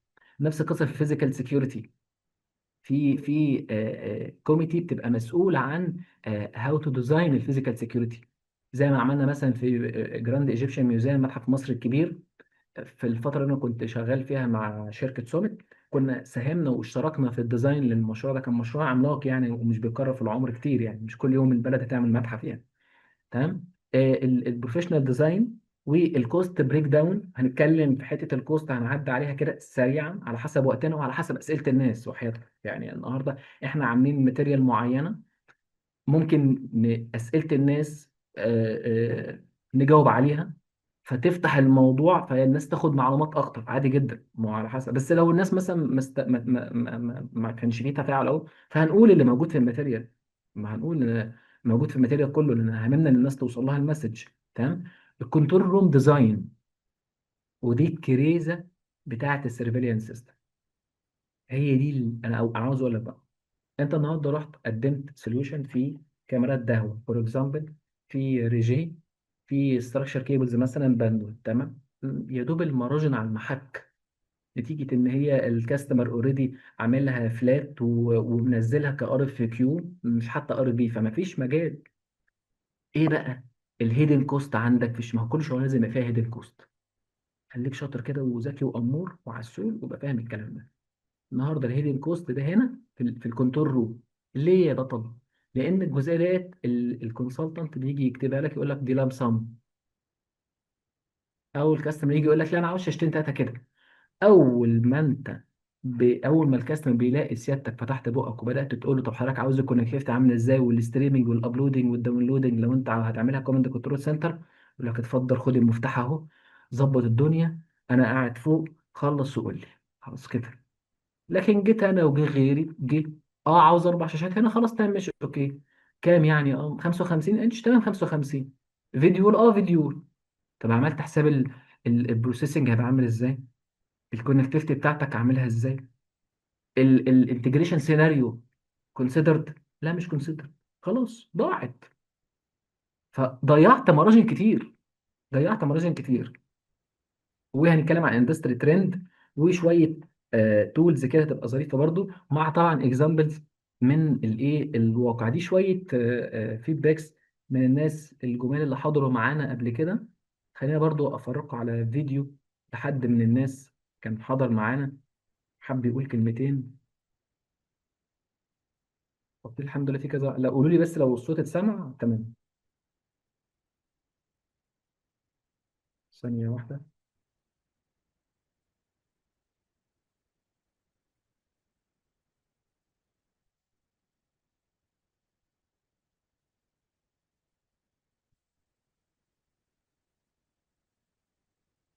الصوت مسموع كده؟ لا طب كويس والله، ده حاجه.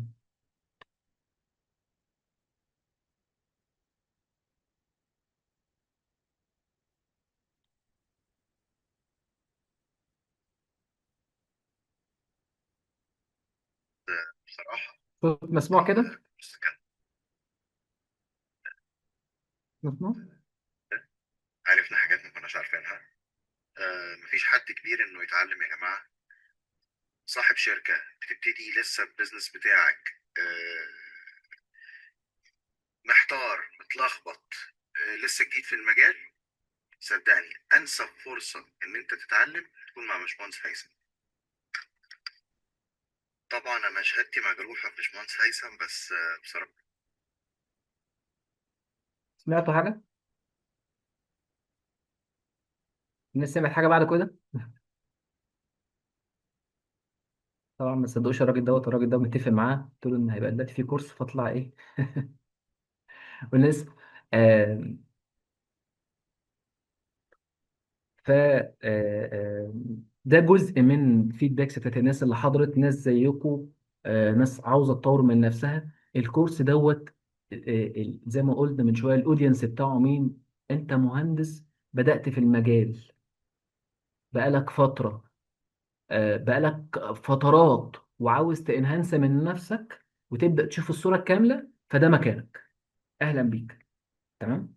فدي كده حاجة الكورس ده إن شاء الله بإذن الله هيوديك بشكل مختلف، أنت تبقى شايف توتال سوليوشن. وخلينا في ديت نحكي حاجة حصلت. زمان كنا شغالين في شركه من الشركات، وغالبيه الشركات بتعمل ايه؟ بتقسم في اكتر من ديبارتمنت. يعني جزء مثلا ده الخاص بالسيس تي في، المهندس دوت ده اللي بيعمل ديزاين السيس تي في والاكس كنترول مثلا. المهندس ده بيعمل جزئيه الاستراكشر كيبلز. المهندس ده بيعمل جزئيه الداتا نتورك. فشويه ايلاندز كده بعيده عن بعضها. فاحنا كنا شغالين في مشروع كان كبير جدا، فروع كبيره جدا يعني. وكنت نزلت الكيس ديت في الكتيب الاخير اللي كنت نزلته على لينكد ان. واشتغلنا في المشروع. طبعا في كم مشاكل حصلت لان كل واحد فينا شغال لوحده. يعني في كل واحد فينا شغال لوحده. ده شغال في السيس تي في، ده شغال في الباسيف، ده شغال في النتورك، ده شغال في الانفراستراكشر هاردوير ككمبيوتنج سيستم، يعني بي سيز وورك ستيشنز وسيرفرز. كلنا منفصلين عن بعضنا، مفيش رابط يربطنا. فطبعا دي بتقلل جدا جدا من الفاليوز بتاعت الشركه ومن الفاليو بتاعتك انت كشخص تروح تعمل برزنتيشن للكاستمر. لان احنا اكتشفنا بعد فتره وقت الانستليشن ان اساسا السويتشات ديت مش مناسبه للمشروع بتاعنا اساسا. اوكي. يعني وما طبقتش البيعه بتاعتنا كانت مبنيه على الرينج توبولوجي اساسا. فهي ما اشتغلتش اصلا رينج توبولوجي كمان. ان هي كان اخرها عدد معين من السويتشز. فتخيل انت بقى بعد ما فردت الكابلات بقى والسوليوشن كان باك اوردر وجه من بره واشتغلنا واحنا كنا مستنيين بقى البونص بقى والكوميشن بقى بتاعنا بقى. الله بقى. وطبعا انت ساعتها بتبقى مش مش منتظر اي حد يجي يقول لك ايه. لا مفيش. هو ايه اللي لا مفيش يا باشا؟ احنا اشتغلنا وتعبنا. ودي برضو ترجمه غلط بتحصل من المهندس. انت النهارده الشركه خسرت. انت الشركه تخسر هتيجي تقول لي خلي الشركه تخسر مني. تخسر منك إيه يا فندم؟ الشركه خسرت 200 300 الف جنيه، هتخسر منك 200 300 الف جنيه؟ على راي مسرحيه بتاعت عادل امام قال لك 850 يعني هيقعد 30 الف سنه تشتغل عندهم عشان يتخصم منك؟ ازاي يعني؟ ازاي؟ يعني نفكر بالعقل يعني. وانت مش هتقبل اصلا يتخصم منك، هتبقى مشكله كبيره جدا. فلازم برضو تبص على توتال سوليوشن. فالشاهد ان احنا النهارده هو شغال في النتورك ومش فاهم اصلا ايه السيس تي في، وبتاع سيس تي في مش فاهم يعني ايه نتورك. فخلاص كده فصلت، باظت خالص. تمام. فده عشان تديفلوب نفسك مهم ان انت تبقى شايف الصوره كامله. وذلك انا كنت حريص ان الكورس يبقى توتال سوليوشن، مش مجرد برودكت واحد بس. يبقى انت فعلا قادر تبيع سوليوشن. بالمناسبه انت ممكن تاخد السيس تي في كده على استقامته كحته فيزيكال سيكيورتي. ارشحها لك بقوه. تبقى فاهم يعني ايه فيزيكال سيكيورتي. لان فيزيكال سيكيورتي دوت في كام ابلكيشنز، كام تكنولوجي غير طبيعيه. تمام. طيب خلينا كده نعمل كويس كده ظريف لطيف. واللي هيجاوب في الشات اجابه صحيحه يبقى ليه ديسكاونت 5% على سعر الكورس. يلا يا سيدي. بس مش عاوزين حد يغش. بيقول لك اول كاميرا سيس تي في انستول في العالم، وكان ايه السبب منها؟ هل الاجابه الاولانيه ولا الثانيه ولا الثالثه؟ أولانية بنك في أمريكا، التانية في الحرب العالمية التانية في ألمانيا، التالتة في بريطانيا. أول كاميرا اتعملت. التشات يا جماعة منتظر الإجابة. مم. الأولى ولا التانية ولا التالتة؟ يا رب الإجابة تبقى صح. وأنا عاوز الناس تكسب أهو. بي مين أول واحد قال بي؟ سامسونج اس ام. اتفضل يا باشا على الكاشير، خد جايزتك. سامسونج اس ام اي 20 ايه 23 5. هو دي الاجابه الصحيحه المظبوطه فعلا. هي كانت في الحرب العالميه وده كان مهندس والتر. انا عاوز اقول لك انا كنت عامل فيديو. ده كان من اوائل الفيديوهات اللي نزلتها على اليوتيوب تشانل بتاعتي سنه 22 مثلا، في اكتوبر 22 انا فاكر. انا بحب الحكايات. انا احب الحكايات واربطها لك كده بالسيس تي في بالاندستري. فقعدت اقرا. فلقيت ان ايه، ان اول واحد كان مهندس في الحرب العالميه. هم كانوا بيقول لك فيه شويه اسلحه وذخيره كده ومدفع بيطلع قنابل، ده طبيعي. فهو عاوز يراقب المدفع دوت طول الوقت. فطبعا اول قال لك هوقف عسكري جنبه. قال لك ازاي يا باشا؟ في شظايا بتطلع منه. انت كده بتستغنى عن الناس بتوعك. انت كده بتستغنى عن عساكر. فقال لك انا عاوز اخترع كاميرا تشوف وانا اشوفها من بعيد. يعني تنقل الصوره وانا اشوفها من بعيد. الف مبروك، مهندس برضه زي حالتنا. فمين معلش يفتح المايك كده يقول لنا اسمه مهندس سامسونج اس ام.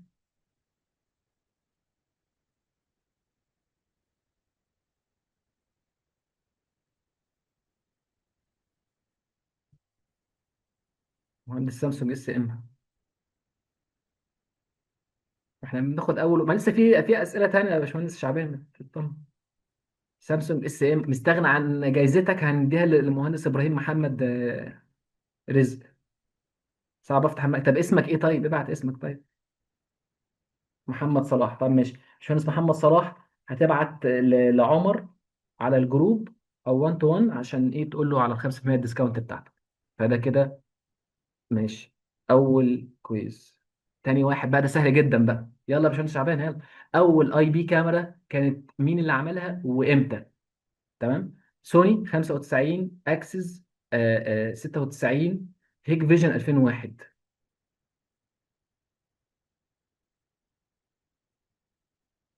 آه،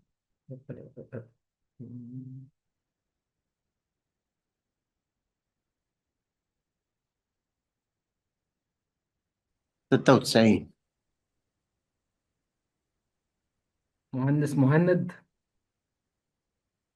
ومهندس مهند انت اشتركت معانا صح في الكورس متهيألي؟ ومهندس احمد صابر، يعني مهندس مهند او مهندس احمد صابر، هنبقى نشوف مين فيكم. لو كان حد اشترك في الكورس فاللي ما اشتركش هو دوت اللي هيبقى ايه. آه ليه جايزه ان احنا كنا قبل كده عملنا جايزه وقت ماتش مصر والسنغال، ففي حد كان كسب، فالشباب كانوا بلغوني كسب 50% ديسكاونت. المهندس كده احمد صابر او مهندس مهند. جايزين السؤال اللي بعد كده. لا اه اه ثانية هندسة، احنا معرفناش الإجابة الصح ايه. اكسس طبعا. اكسس اوكي. 96. انا ما قلتش الاجابه الصح ماشي. طيب 4K كاميرا equal how many ميجا بكسل؟ 4 8 12.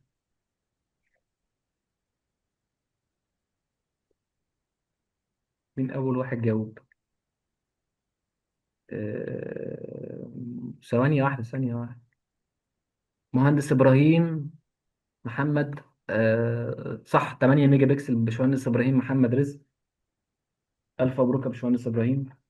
استلم جايزتك بتاعت قرعه الحج ان شاء الله. الف مبروك. كان في زمان برنامج دهب دهب دهب بتاع طارق علام. حضر فيكم حضر البرنامج.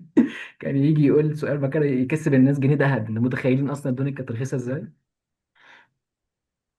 هايل يا جماعه والله. اه ده سؤال بقى ايه باشمهندس زينب بقى اللي هتجاوب عليه. بيقول لك في اي بي كاميرا شغاله بس حصل فريز للفيديو لدقايق، تفتكر المشكله فين؟ الكاميرا، النتورك، ان في ار؟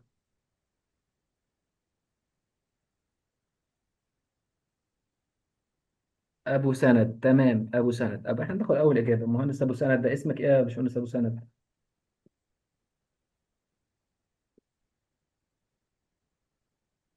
اللي هو ايه ابو سند ده يعني؟ عبد الرحمن سند اه. طب انتوا جايين تاخدوا كورس ليه يا جماعه؟ انتوا جامدين اهو ولا ايه يا باشمهندس زينب في ايه؟ نرجع لهم فلوس الكورس بقى. كنت لسه هقول. كنت لسه هقول.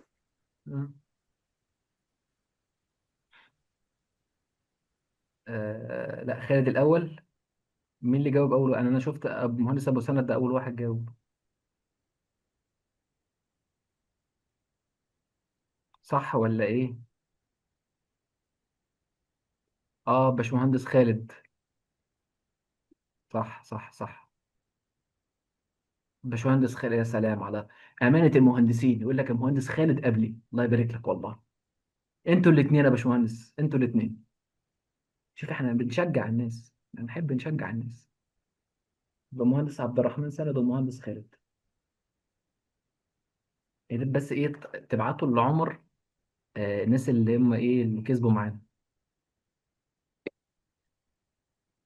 اه بيقول لك سنه 26 الموست ديماند الاي اي تكنولوجي في السيرفيلانس بروجكت في السعودي ارابيا في الكي اس اي، هيبقى انهي اجابه من دول؟ فيس ريكوجنيشن، لايسن بريت ريكوجنيشن، اول اوف اباف؟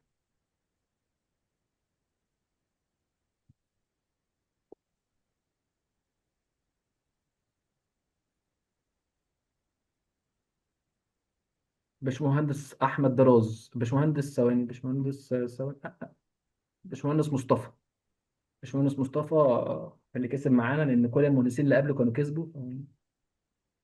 احنا لجنه تحكيم عادله. باشمهندس مصطفى. فعلا التكنولوجي ترند هتبقى في الفتره اللي جايه في السعوديه ان شاء الله. كل اللي انت عاوزه طبعا الديب ليرنينج. والديب ليرنينج طبعا ده الليتست تكنولوجي كومبيرد بالماشين ليرنينج. الاكيورسي فيه اعلى بكتير. مفيش نسبه خطأ فيه بتبقى اقل بشكل كبير جدا جدا. لان النهارده بيقدر يحدد بشكل كبير كل الاشكال، سواء الشكل ده شكل شخص، شكل عربيه، شكل حيوان، باشكال مختلفه. يقدر يتعرف اذا كان دي حريقه كبيره ولا حريقه متوسطه ولا حريقه صغيره، نتيجه الديب ليرنينج او التعليم اللي اتعلمه عن طريق كم الداتا اللي خدها. فقدر منها يميز ده شكل القطة حتى لو بجنبها، حتى لو عينيها مختلفة عن اللي هو اتعلمه قبل كده، حتى لو الإضاءة كانت ضعيفة. ولذلك الديب ليرنينج أحدث بكتير من الماشين ليرنينج. ماشين ليرنينج نسبة الخطأ فيه أعلى بكتير. السؤال ده صعب بقى. السؤال ده صعب. بيقول لك الديفرنس بين موشن ديتكشن اند اي اي بيزد موشن ديتكشن. تمام. دول ثلاث اختيارات. الفرق ايه؟ الإجابة الصحيحة A B C.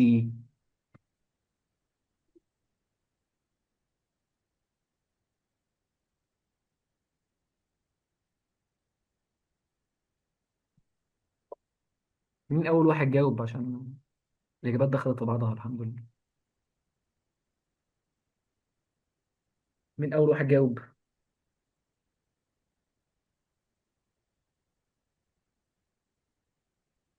طيب هقول لكم على حاجة ظريفة.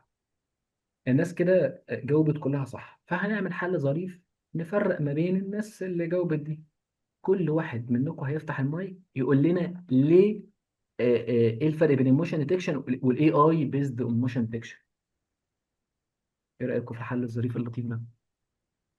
والاجابه اللي هتقنعنا والاجابه المظبوطه فعلا، هو كله جاب صح، هي ايه بس ايه الفرق؟ الاجابه المظبوطه هو اللي هياخد الديسكاونت. هو الموشن ديتكشن هندسة بيقيس اختلاف درجات الألوان جوه الصورة. يعني لو عندي تلفزيون فات وبيحسبها موشن ديتكشن، الألوان بتتغير جوه التلفزيون. ده ك... ده الموشن ديتكشن، مش الاي اي بياخد الالجوريزم بتاع شكل الهيومن او الفيكل. طب حد عنده اجابه تانية؟ في ال AI motion detection هندسة بيكون في deep learning. فالكاميرا بتبقى بتحدد مثلا لو شخص مغطي وشه أو حاجة، الماشين ليرنينج مش بتشوفه. اما الديب ليرنينج بتحدد ان هو بني ادم. طيب مين الاحدث ومين الاقوى، مين المور اكيوريت، الديب ليرنينج ولا الماشين ليرنينج؟ لا، الديب طبعا. الديب طبعا. طيب الموشن بقى ديتكشن ده ايه؟ هي بتحدد حركة بس الاي اي موشن ده بتحدد حركة وبتحدد اللي قدامها ده ايه، من خلال الديب ليرنينج. اوكي اوكي اوكي. طيب حلو حلو، الاجابه الى حد كبير مظبوطه يعني 100 100. طيب خلينا نقولها كده بشكل بسيط. النهارده تمام. الموشن ديتكشن هو عباره عن عين عين شافت. فاي حاجه هتشوفها هتدي اليرت عليها، ففي كام فولس اليرت كتير جدا. تمام. هي عين شايفه، العين انا جيت قلت العين ديت واخده امر ان هي اي حد يعدي في الحته في الزون ديت تدي اليرت. ده كده الموشن ديتكشن. طب الاي اي دي عباره عن ايه؟ عين ومخ. عين ومخ. عين شافت، مخ قال ايه؟ لا ده عادي مسموح ان هو يدخل، ده عصفوره مش هدي اليرت. او عين شافت قالت ايه؟ اه لا ده على فكره هيثم. هو هيثم بس هو بس ايه لابس بس كاب، او مغمق شويه عشان كان في واخد تان، او في مشكله عنده، لكن هو ده هيثم. فكم الفولس اليرت هتبقى اقل بكتير، فهيبقى مور اكيوريت. فده كده الفرق بين الموشن ديتكشن والاي اي. باشمهندس مين اللي كان قال الاجابه مظبوطه؟ احمد صبري هندسه. باشمهندس احمد صابر، ما شاء الله يا باشمهندس احمد، الله ينور عليك. حلو جدا. حد عاوز اسئله تاني ولا كده كفايه؟ كده كفايه بقى، صح كده؟ رضا كده. حد عاوز اسئله تاني؟ كان نقول حاجه كده ظريفه سريعه جدا ونقفل بيها، عشان الوقت ما شاء الله الساعه 9 ونص و5. حلو هاي. احنا قلنا شوف احنا دايما مظبوطين في وقتنا، قلنا ساعه، ساعه وربع، بقى لنا ساعه ونص. شيء جميل. بصوا يا جماعه، الفيزيكال سيكيورتي او السيس تي في دي موجوده فوق ال 100 سنه، من 100 سنه وازيد، من ايام الروم والفرس، من ايام لما كان بيقول لك ايام قلعه محمد علي، كان القلاع دوت، وكان الناس اللي بيقفوا على القلاع سواء الافراد الحراسه اللي على الارض بالحصانه بتاعتهم، هي دي كانها كاميرات المراقبه. وكان القلاع ده كان بيقف فوق كده، بيبقى موجود وينور نور. النور دوت ده يعتبر، او الكشاف دوت ده يعتبر زي الساوندر او اللايتر. لما بيبقى فيه مشكله دلوقتي، فهو دوت اللي ايه يبص على المشكله ويتحول عندها عشان يكشف، عشان يبدا اللص دوت يبعد عن المكان، يبقى احنا كده بعدنا. والبرج المراقبه دوت دي كاميرا بي تي زي اللي بتكون شايفه، اللي بنلاقيها كده على الايه، على الصور بتلاقي فيه برج مراقبه كده بيوقف عليه شخص، بيبقى بيبص يمين شمال باصص لقدام، مساحه رؤيه كبيره جدا. ده كده كانها البي تي زي. تطورت المواضيع لغايه الحرب العالميه. المانيا، مهندس الالماني والتر جه اخترع واكتشف موضوع كاميرات المراقبه. بدأ بعد كده الامريكان عن طريق طبعا البنوك بتاعتهم، وهم دائما ابدا كان بيحصل عندهم حوادث كتيره ومشاكل، جم وعملوا كاميرات المراقبه عن طريق الفيديو كاسيت ريكوردر، بس كانت مساحته صغيره جدا وفي مشاكل كتيره جدا في الكواليتي. تطورت المواضيع اكتر واكتر، دخل فيها البريطانيين والانجليز وطوروا المواضيع، هم اكتر دول البلاد طورت يعني الموضوع دوت، لغايه ما دخل في الثمانينات والتسعينات جزئيه ايه دي في ار.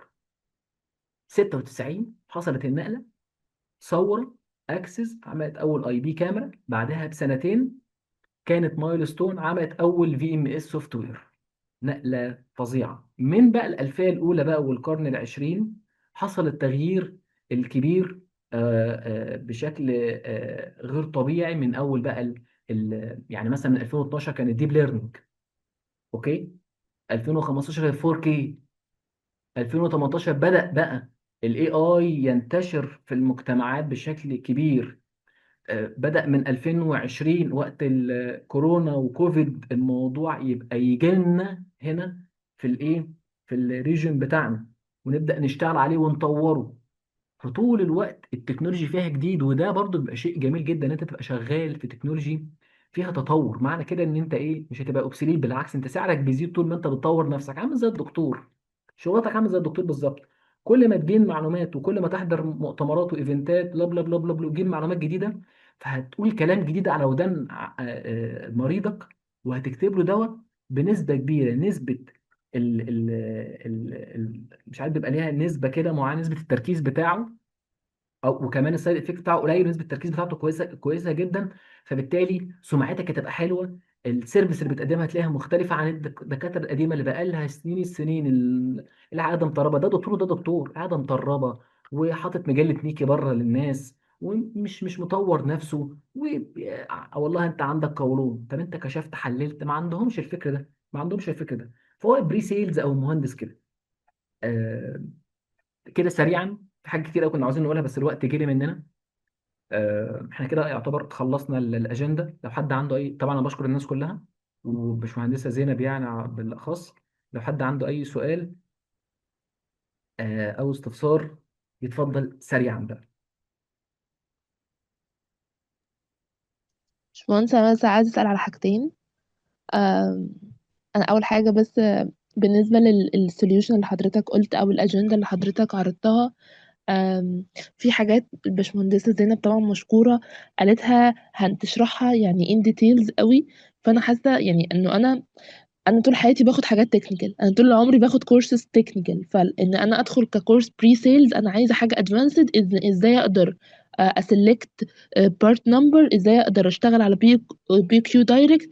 فانا حاسه انه هيبقى، ده هيبقى ديلي للتايم ليا ان انا اخد، ان انا لسه اخد بقى الفرق بين الدي اتش بي والدي ان اس، وان انا لسه هعرف ايه الفرق ما بين الانمانج والمانج. فهل ده هيديلي تايم ليا؟ فانا بس عايزه حضرتك تديني فيدباك. تاني حاجه، انا ماركتينج سعودي. فهل طبعا السعودي غير المصري في حاجات كتير، تمام؟ فبرضه هل الكورس هيقدر يساعدني بنسبة قد ايه انه اسلكت، او ان انا اوصل كبري سيلز انجينير بشكل بيرفكت زي ما حضرتك كنت يعني انا اقتنعت جدا بكل الكونتيننت. بس انا برضو كنت متخوفة شوية بصراحة، انه في السعودية هو مش فارق معاه الماني او الباكج، اهم حاجة عايز the best solution the best vendor. اصلا اللي بتنزل كفندور بتنزل اقوى حاجه، سيسكو بتنزل، اكسس، ابوش. فمش فارق معاه الباكج. فبس كنت محتاجه حضرتك تجاوبني على السؤالين دول، وبرضه كنت عايزه اعرف تفاصيل الكورس، مش عارفه اعرفها من مين، يعني اللي هو احنا الجزء قلنا الخاص عودة تفاصيل الكورس. بالفاينانس. احنا قلنا تفاصيل الكورس، لا، ما انا عودة دخلت معلش، التفاصيل ايه؟ دخلت فلوس 8 يعني؟ ونص.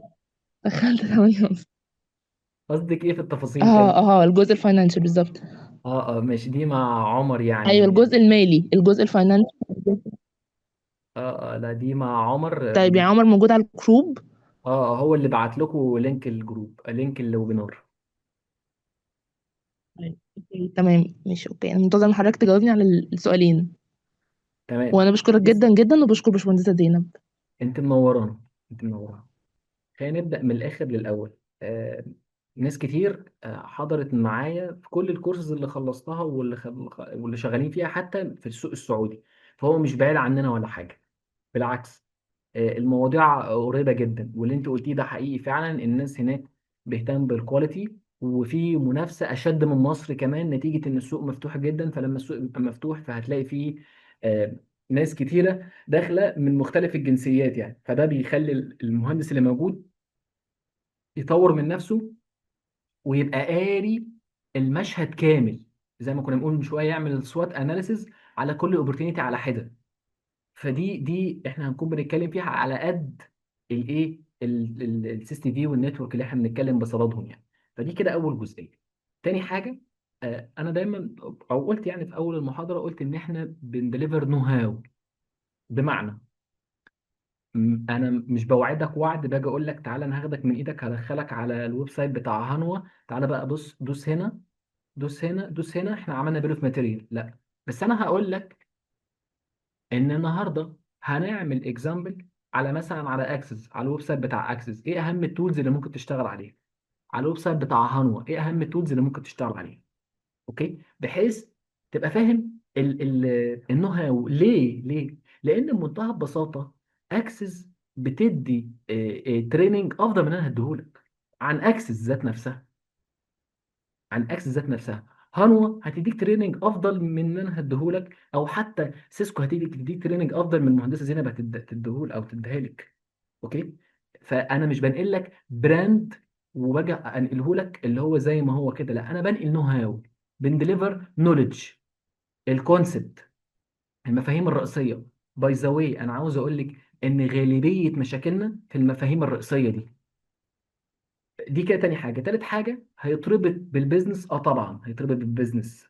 وانا دايما بقولها ان اي كورس لينا بنعمله لازم نربطه بالبيزنس، ولازم نربطه بايه اللي بيحصل اون جراوند.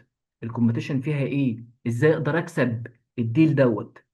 فالكورس معمول، واحد سيلز عاوز يطور من التولز بتاعته ويفهم اكتر فيزود مبيعاته.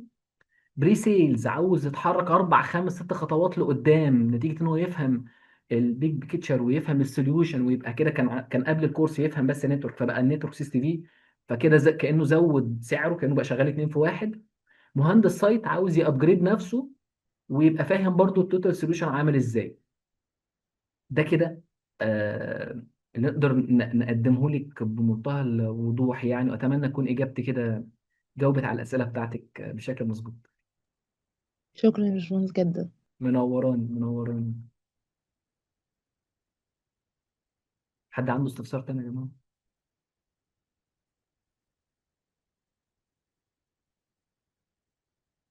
يا باشمهندس شعبان، وصي مهندس عمر علينا عينيا، ده انت حبيبي، فعشرة يعني.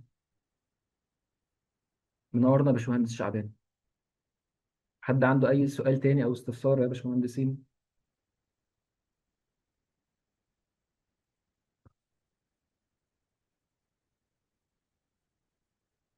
تمام كده. ال الامور طيبة للناس كلها. طيب الحمد لله. احنا كنا مبسوطين جدا جدا آم، باليوم النهارده حقيقي. ساعتين عدوا، أو ساعتين الا ربع يعني، عدوا بسرعة كبيرة. أتمنى إن إحنا نقدر ننقل اللي إحنا عاوزينه للمهندسين إن شاء الله بإذن الله، والناس كلها تستفاد. حقيقي بجد إحنا همنا نطلع جيل فاهم تكنولوجي وفاهم ماركت نيدز، فاهم الاتنين. أنا عاوز المهندس أيا كان هو البوزيشن بتاعه إيه، يقدر بعد كورساتي وبعد ما يشتغل معايا في الجيرني بقى أيا كان الكورس إيه هو، لا يبقى فاهم ازاي يطلع فلوس، يبقى فاهم ازاي يطور من نفسه، يبقى فاهم ايه إيه اللي كان ناقصه ويطور منه. ده اتمناه بقى ايا كان الكونتنت بتاع الكورس ايه. انا مش فارق لي، هو الفكره واحده، هي الكونسبت واحد بس بتتغير بقى. مره تبقى كنترول، مره تبقى فيزيكال سيكيورتي، مره هنعمل قريب ان شاء الله باذن الله سيلز كورس. ده هنعمله للمهندسين اللي هي بتشفت بقى من تكنيكال لسيلز، عشان برضو الفكره هي فكره ان إيه؟ نغير في المايند سيت، نفهمه ان في اخطاء بتحصل وتعالى نصلحها. اوكي. يا رب الناس كلها تبقى مبسوطه والناس كلها تبقى وصلت لها الصوره. معاك المايك يا باشمهندسه زينب، مسي على الناس بقى وسلم عليهم قبل ما نرش ميه ونقول لهم باي باي. انا بجد يعني متشكره ليهم جدا. كنت متوقعه اسئله اكتر بصراحه، بس ما فيش حد سال، فمش عارفه هل الاسئله دي عدم وجودها ان معظم الناس اللي حاضره ما بتشتغلش نتورك خالص اصلا او مش بتحتك بالمجال اكتر، ولا الدنيا واضحه. فمش عارفه بصراحه، اتمنى انها تكون واضحه، واتمنى برضو ان هم يكونوا ما احتكوش بالمجال ويكون دافع ان هم ممكن يتعلموا حاجه تقاد للسي في بتاعهم شيء، او اتليست قدام لو انا شغاله بس بحته السي سي تي في، او بعمل مشاريع، او بديزاين سولوشنز خاصه بكاميرات المراقبه، سولوشنز خاصه بوات ايفر، مثلا اوديو فيجوال او يعني ايا كان. والخبره بتاعتي في الحته دي بس. هل ممكن يكون في فرصه ان انا اتكلم في حته الشبكات كمان؟ هل ممكن ان انا اوسع دايرة المعلومات اللي عندي، واعرف اختار موديلات خاصة بالنتورك، واعرف اتكلم مع عميل في حتة الديزاين بتاع الشبكة بتاعته، ولو هو بيسألني ده ولا ده، او اخد اروبا ولا اخد تي بي لينك ودي لينك، وليه ما اروحش سيسكو وليه؟ يعني لو بيسألني في الجزء بتاع الشبكات، هل ممكن ان انا اضيف لنفسي معلومة خاصة بالجانب ده يوسع معايا اكتر الدايرة؟ انا واحدة من الناس الفترة الأخيرة لاحظت إن أنا معظم الإكسبيرينس اللي عندي هي في الحتة بتاعة النتورك، لكن أنا ممكن ما أعرفش أسلكت الموديل بتاع الكاميرا. على الرغم ان انا يعني في ايام ما كنت في دي لينك عندها سي سي تي في سوليوشن خاص بيها، فكنت يعني كنت بشرح كاميرات، وكنت دارسه الكونسبتس بتاع الكاميرات المراقبه وبتشتغل ازاي والموديلات بتاعتها اند سو اون. لكن سبتها وما بقتش بفوكس فيها. اشتغلت شويه وقريت شويه في مجال الفويس اوفر اي بي وسبته برضو، ما بقتش بشتغل فيه.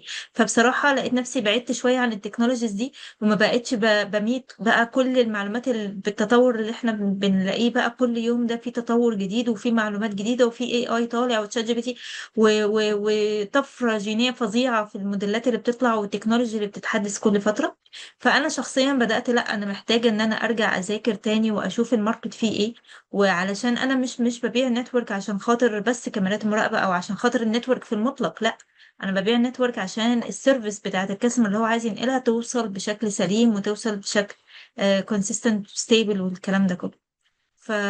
فيمكن دي حاجة من الحاجات اللي انا يعني لقيت فيها اد فاليو، ان انا لا، انا مش بس نتورك، انا نتورك وسي سي تي في ولايت كارنت واوديو فيجوال وفويس اوفر اي بي، وكل حاجة. حتى لو حاجة بره خالص الموضوع الداتا سنتر سولوشنز ايفن، حتى مش بيكفر، او السولوشنز دي مش كفرد في الشركة عندي. لكن as a engineer I have ان انا اكون ملمة بالمعلومات الخاصة بالسوليوشنز دي، عشان لما اجي ادسكاس مع عميل مفيش حاجة تقع مني، وانا يكون اتليست عندي معلومة كويسة وحديثة. مش هقول معلومة وخلاص، لا، حديثة، لان زي ما قلت كل يوم بيكون في تكنولوجي جديدة، وبيكون في سوليوشن جديد، وبيكون في معلومات جديدة، وما مواد اسهل او فيتشرز تسهل علينا اللي كنا بنعمله زمان. يعني اكيد اللي احنا بنعمله دلوقتي مش هو نفس اللي انا كنت بعمله من 3 4 سنين فاتوا، مستحيل. الموضوع دلوقتي بقى اسهل واسرع وفي تكنولوجيا متقدمة. فيا رب يا رب ان شاء الله يكون الكورس باذن الله اللي هيحضر الكورس يكون موفق بالنسبه له، ويكون بيأد لي فاليو، اذا كانت الفاليو دي ممثله في ان هو بيجين بعض الانفورميشن الخاصه بالكونسبتس او البيزكس بتاعت المجال بتاع علم الشبكات، او ان هو هيستخدمها فعلا وهو بيعرف يتناقش مع العميل في سوليوشن، او هيناقش العميل في المشروع اللي هو بيحاول يشتغل عليه، وازاي يكسب المشروع ده من ناحيه النتورك. طبعا لو انا مش فاهمه نتورك مش هعرف ابيع سوليوشن. انا هتكلم في بس الكاميرا، وهتكلم في بس الام في ار، وهتكلم لو انا هحط له كابلات، ولو العميل مثلا سبته اللي هو عايز يرشحه لي او يقول لي هاتي لي الكابلات الفلانيه من البراند الفلاني، وهاتي لي السوليوشن الفلاني من الحته الفلانيه. فانا شايفه ان انا ايه، زي ما باشمهندس هيثم كان بيقول، انا كده مش بريسيلز، انا مكنه اوفرات بطلع بحط. انت عايز ايه؟ عايز اكس، حط اكس في الجدول وحط البرايس بتاع اكس قدامه، ده اللي العميل عايزه.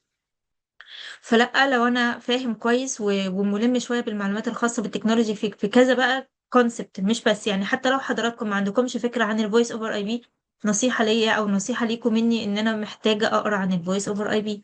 بيشتغل ازاي؟ ممكن نشتغل فيه ازاي؟ ايه الحاجات اللي العميل بيدور عليها؟ ايه السيرفيس اللي محتاج ان انا افهمها في حاجه زي كده؟ الاي بي تي في بيشتغل ازاي؟ المجال بتاع الهوسبيتاليتي، مش الكاميرات المراقبه، السولوشنز بتاعت الفنادق دي بتشتغل ازاي؟ ايه الحاجات اللي هم بيحتاجوا يشتغلوا فيها؟ ان كيس محدش عارف، قلت لكم نفتح شركة قريب ولا حاجة، فهتبقى محتاج انت كاونر فتحت شركة في المستقبل ان شاء الله، او انت عندك نية تعمل حاجة زي كده، تبقى انت فاهم الماركت فيه ايه. انا عايز ابقى عارف الماركت فيه ايه، ومين العميل بتاعي، وهبيع له ايه، وهبيعه له ليه، وهيشتري مني ليه اصلا. فان احنا نجين انفورميشن خاصه بسيستم معين، مش تكنيكال خالص. وانا زي ما قالت الاء، مش عارفه علا ولا الاء، بس هي اسمها مكتوب الاء، احنا درسنا تكنيكال كتير. والتكنيكال زي ما باشمهندس هيثم قال، الفيديوهات مالية الدنيا، مالية اليوتيوب، حتى لو هتاخد فيديو كورس مدفوع برضو موجود. تكنيكاليتي كتير ومليانة. مش عايزين تكنيكاليتي، احنا عايزين التكنيكاليتي اللي تخدم شغلنا، نطور من نفسنا ونلاقي ان احنا فعلا بنقاد اكسبيرينس، مش سنين عمرنا بتتكرر في نفس الليفل. لا، انا عايز اقاد لنفسي حتة زيادة السنة دي في حتة مختلفة، أقدر إن أنا أبني عليها حاجة تانية قدام. بس كده، ويا رب إن شاء الله يكون الكورس مفيد لحضراتكم وتطلعوا منه بأد فاليو. وأنا كمان أكيد إن شاء الله متوقعة إن أنا أكيد هستفيد من الناس اللي هتحضر الكورس، لأن أنا متأكدة إن الكورس الناجح هيبقى فيه mutual communication. يعني أنا هضيف لهم حاجة، هم كمان هيضيفوا لي حاجات. بس كده، وشكرا باشمهندس هيثم، ويا رب إن شاء الله بإذن الله بالتوفيق للجميع. ان شاء الله باذن الله. وبرضو في هديه كده، يعني ان شاء الله باذن الله تبقى ظريفه كده للناس. كل الناس اللي حضرت الويبينار هيتبعت لهم شويه فايلز كده تساعدهم في شغلهم ككومبلاينس شيت، وشويه حاجات كده تفيدك كراجل بري سيلز ايا كان بقى انت شغال في ايه. هو بس هنعلن عنها برضو على الجروب عشان كل الناس اللي حضرت تقول اسمها، ويبقى عمر يبعت لهم 1 تو 1 الفايلز يعني. والناس برضو اللي كسبت معانا النهارده خلاص بقى كفايه ان هم كسبوا. لا، يبعتوا برضو يقولوا لعمر اساميهم عشان الديسكاونت يعني. متشكرين جدا جدا للناس اللي كانت موجوده، وان شاء الله بالتوفيق. هنبدا من الجمعه الجايه مهندسه زينب، جمعه وسبت، وبعد كده الجمعه والسبت اللي بعدهم ان شاء الله باذن الله هيبقى المحاضرات بتاعتي، وبعد كده التلات هيبقى المحاضره المشتركه، يعني 5 محاضرات. تبقى انت كده داخل رمضان وانت تمام. روحانياتك بقى تدخل في رمضان معاك، تبدأ تجمع الكلام. طبعا الباكج شاملة الريكوردد سيشنز يعني كلها والماتيريال. وبيبقى بعدها في مدة شهر فري 1 تو 1 كونسلتيشن تقدر تستفاد منها، وهتدخل بعد كده في الكومنت زي ما احنا قلنا، وتبقى دايما على تواصل معانا. بتجين حاجات كتيرة لدي لوحدها أظن ممكن تفرق معاك في تفصيلة في سؤال، وإن شاء الله بإذن الله نبقى سبب خير ليك. شكرا جدا ليكم، وألقاكم على خير، والسلام عليكم ورحمة الله وبركاته. عليكم السلام ورحمة الله وبركاته. عليكم السلام ورحمة الله.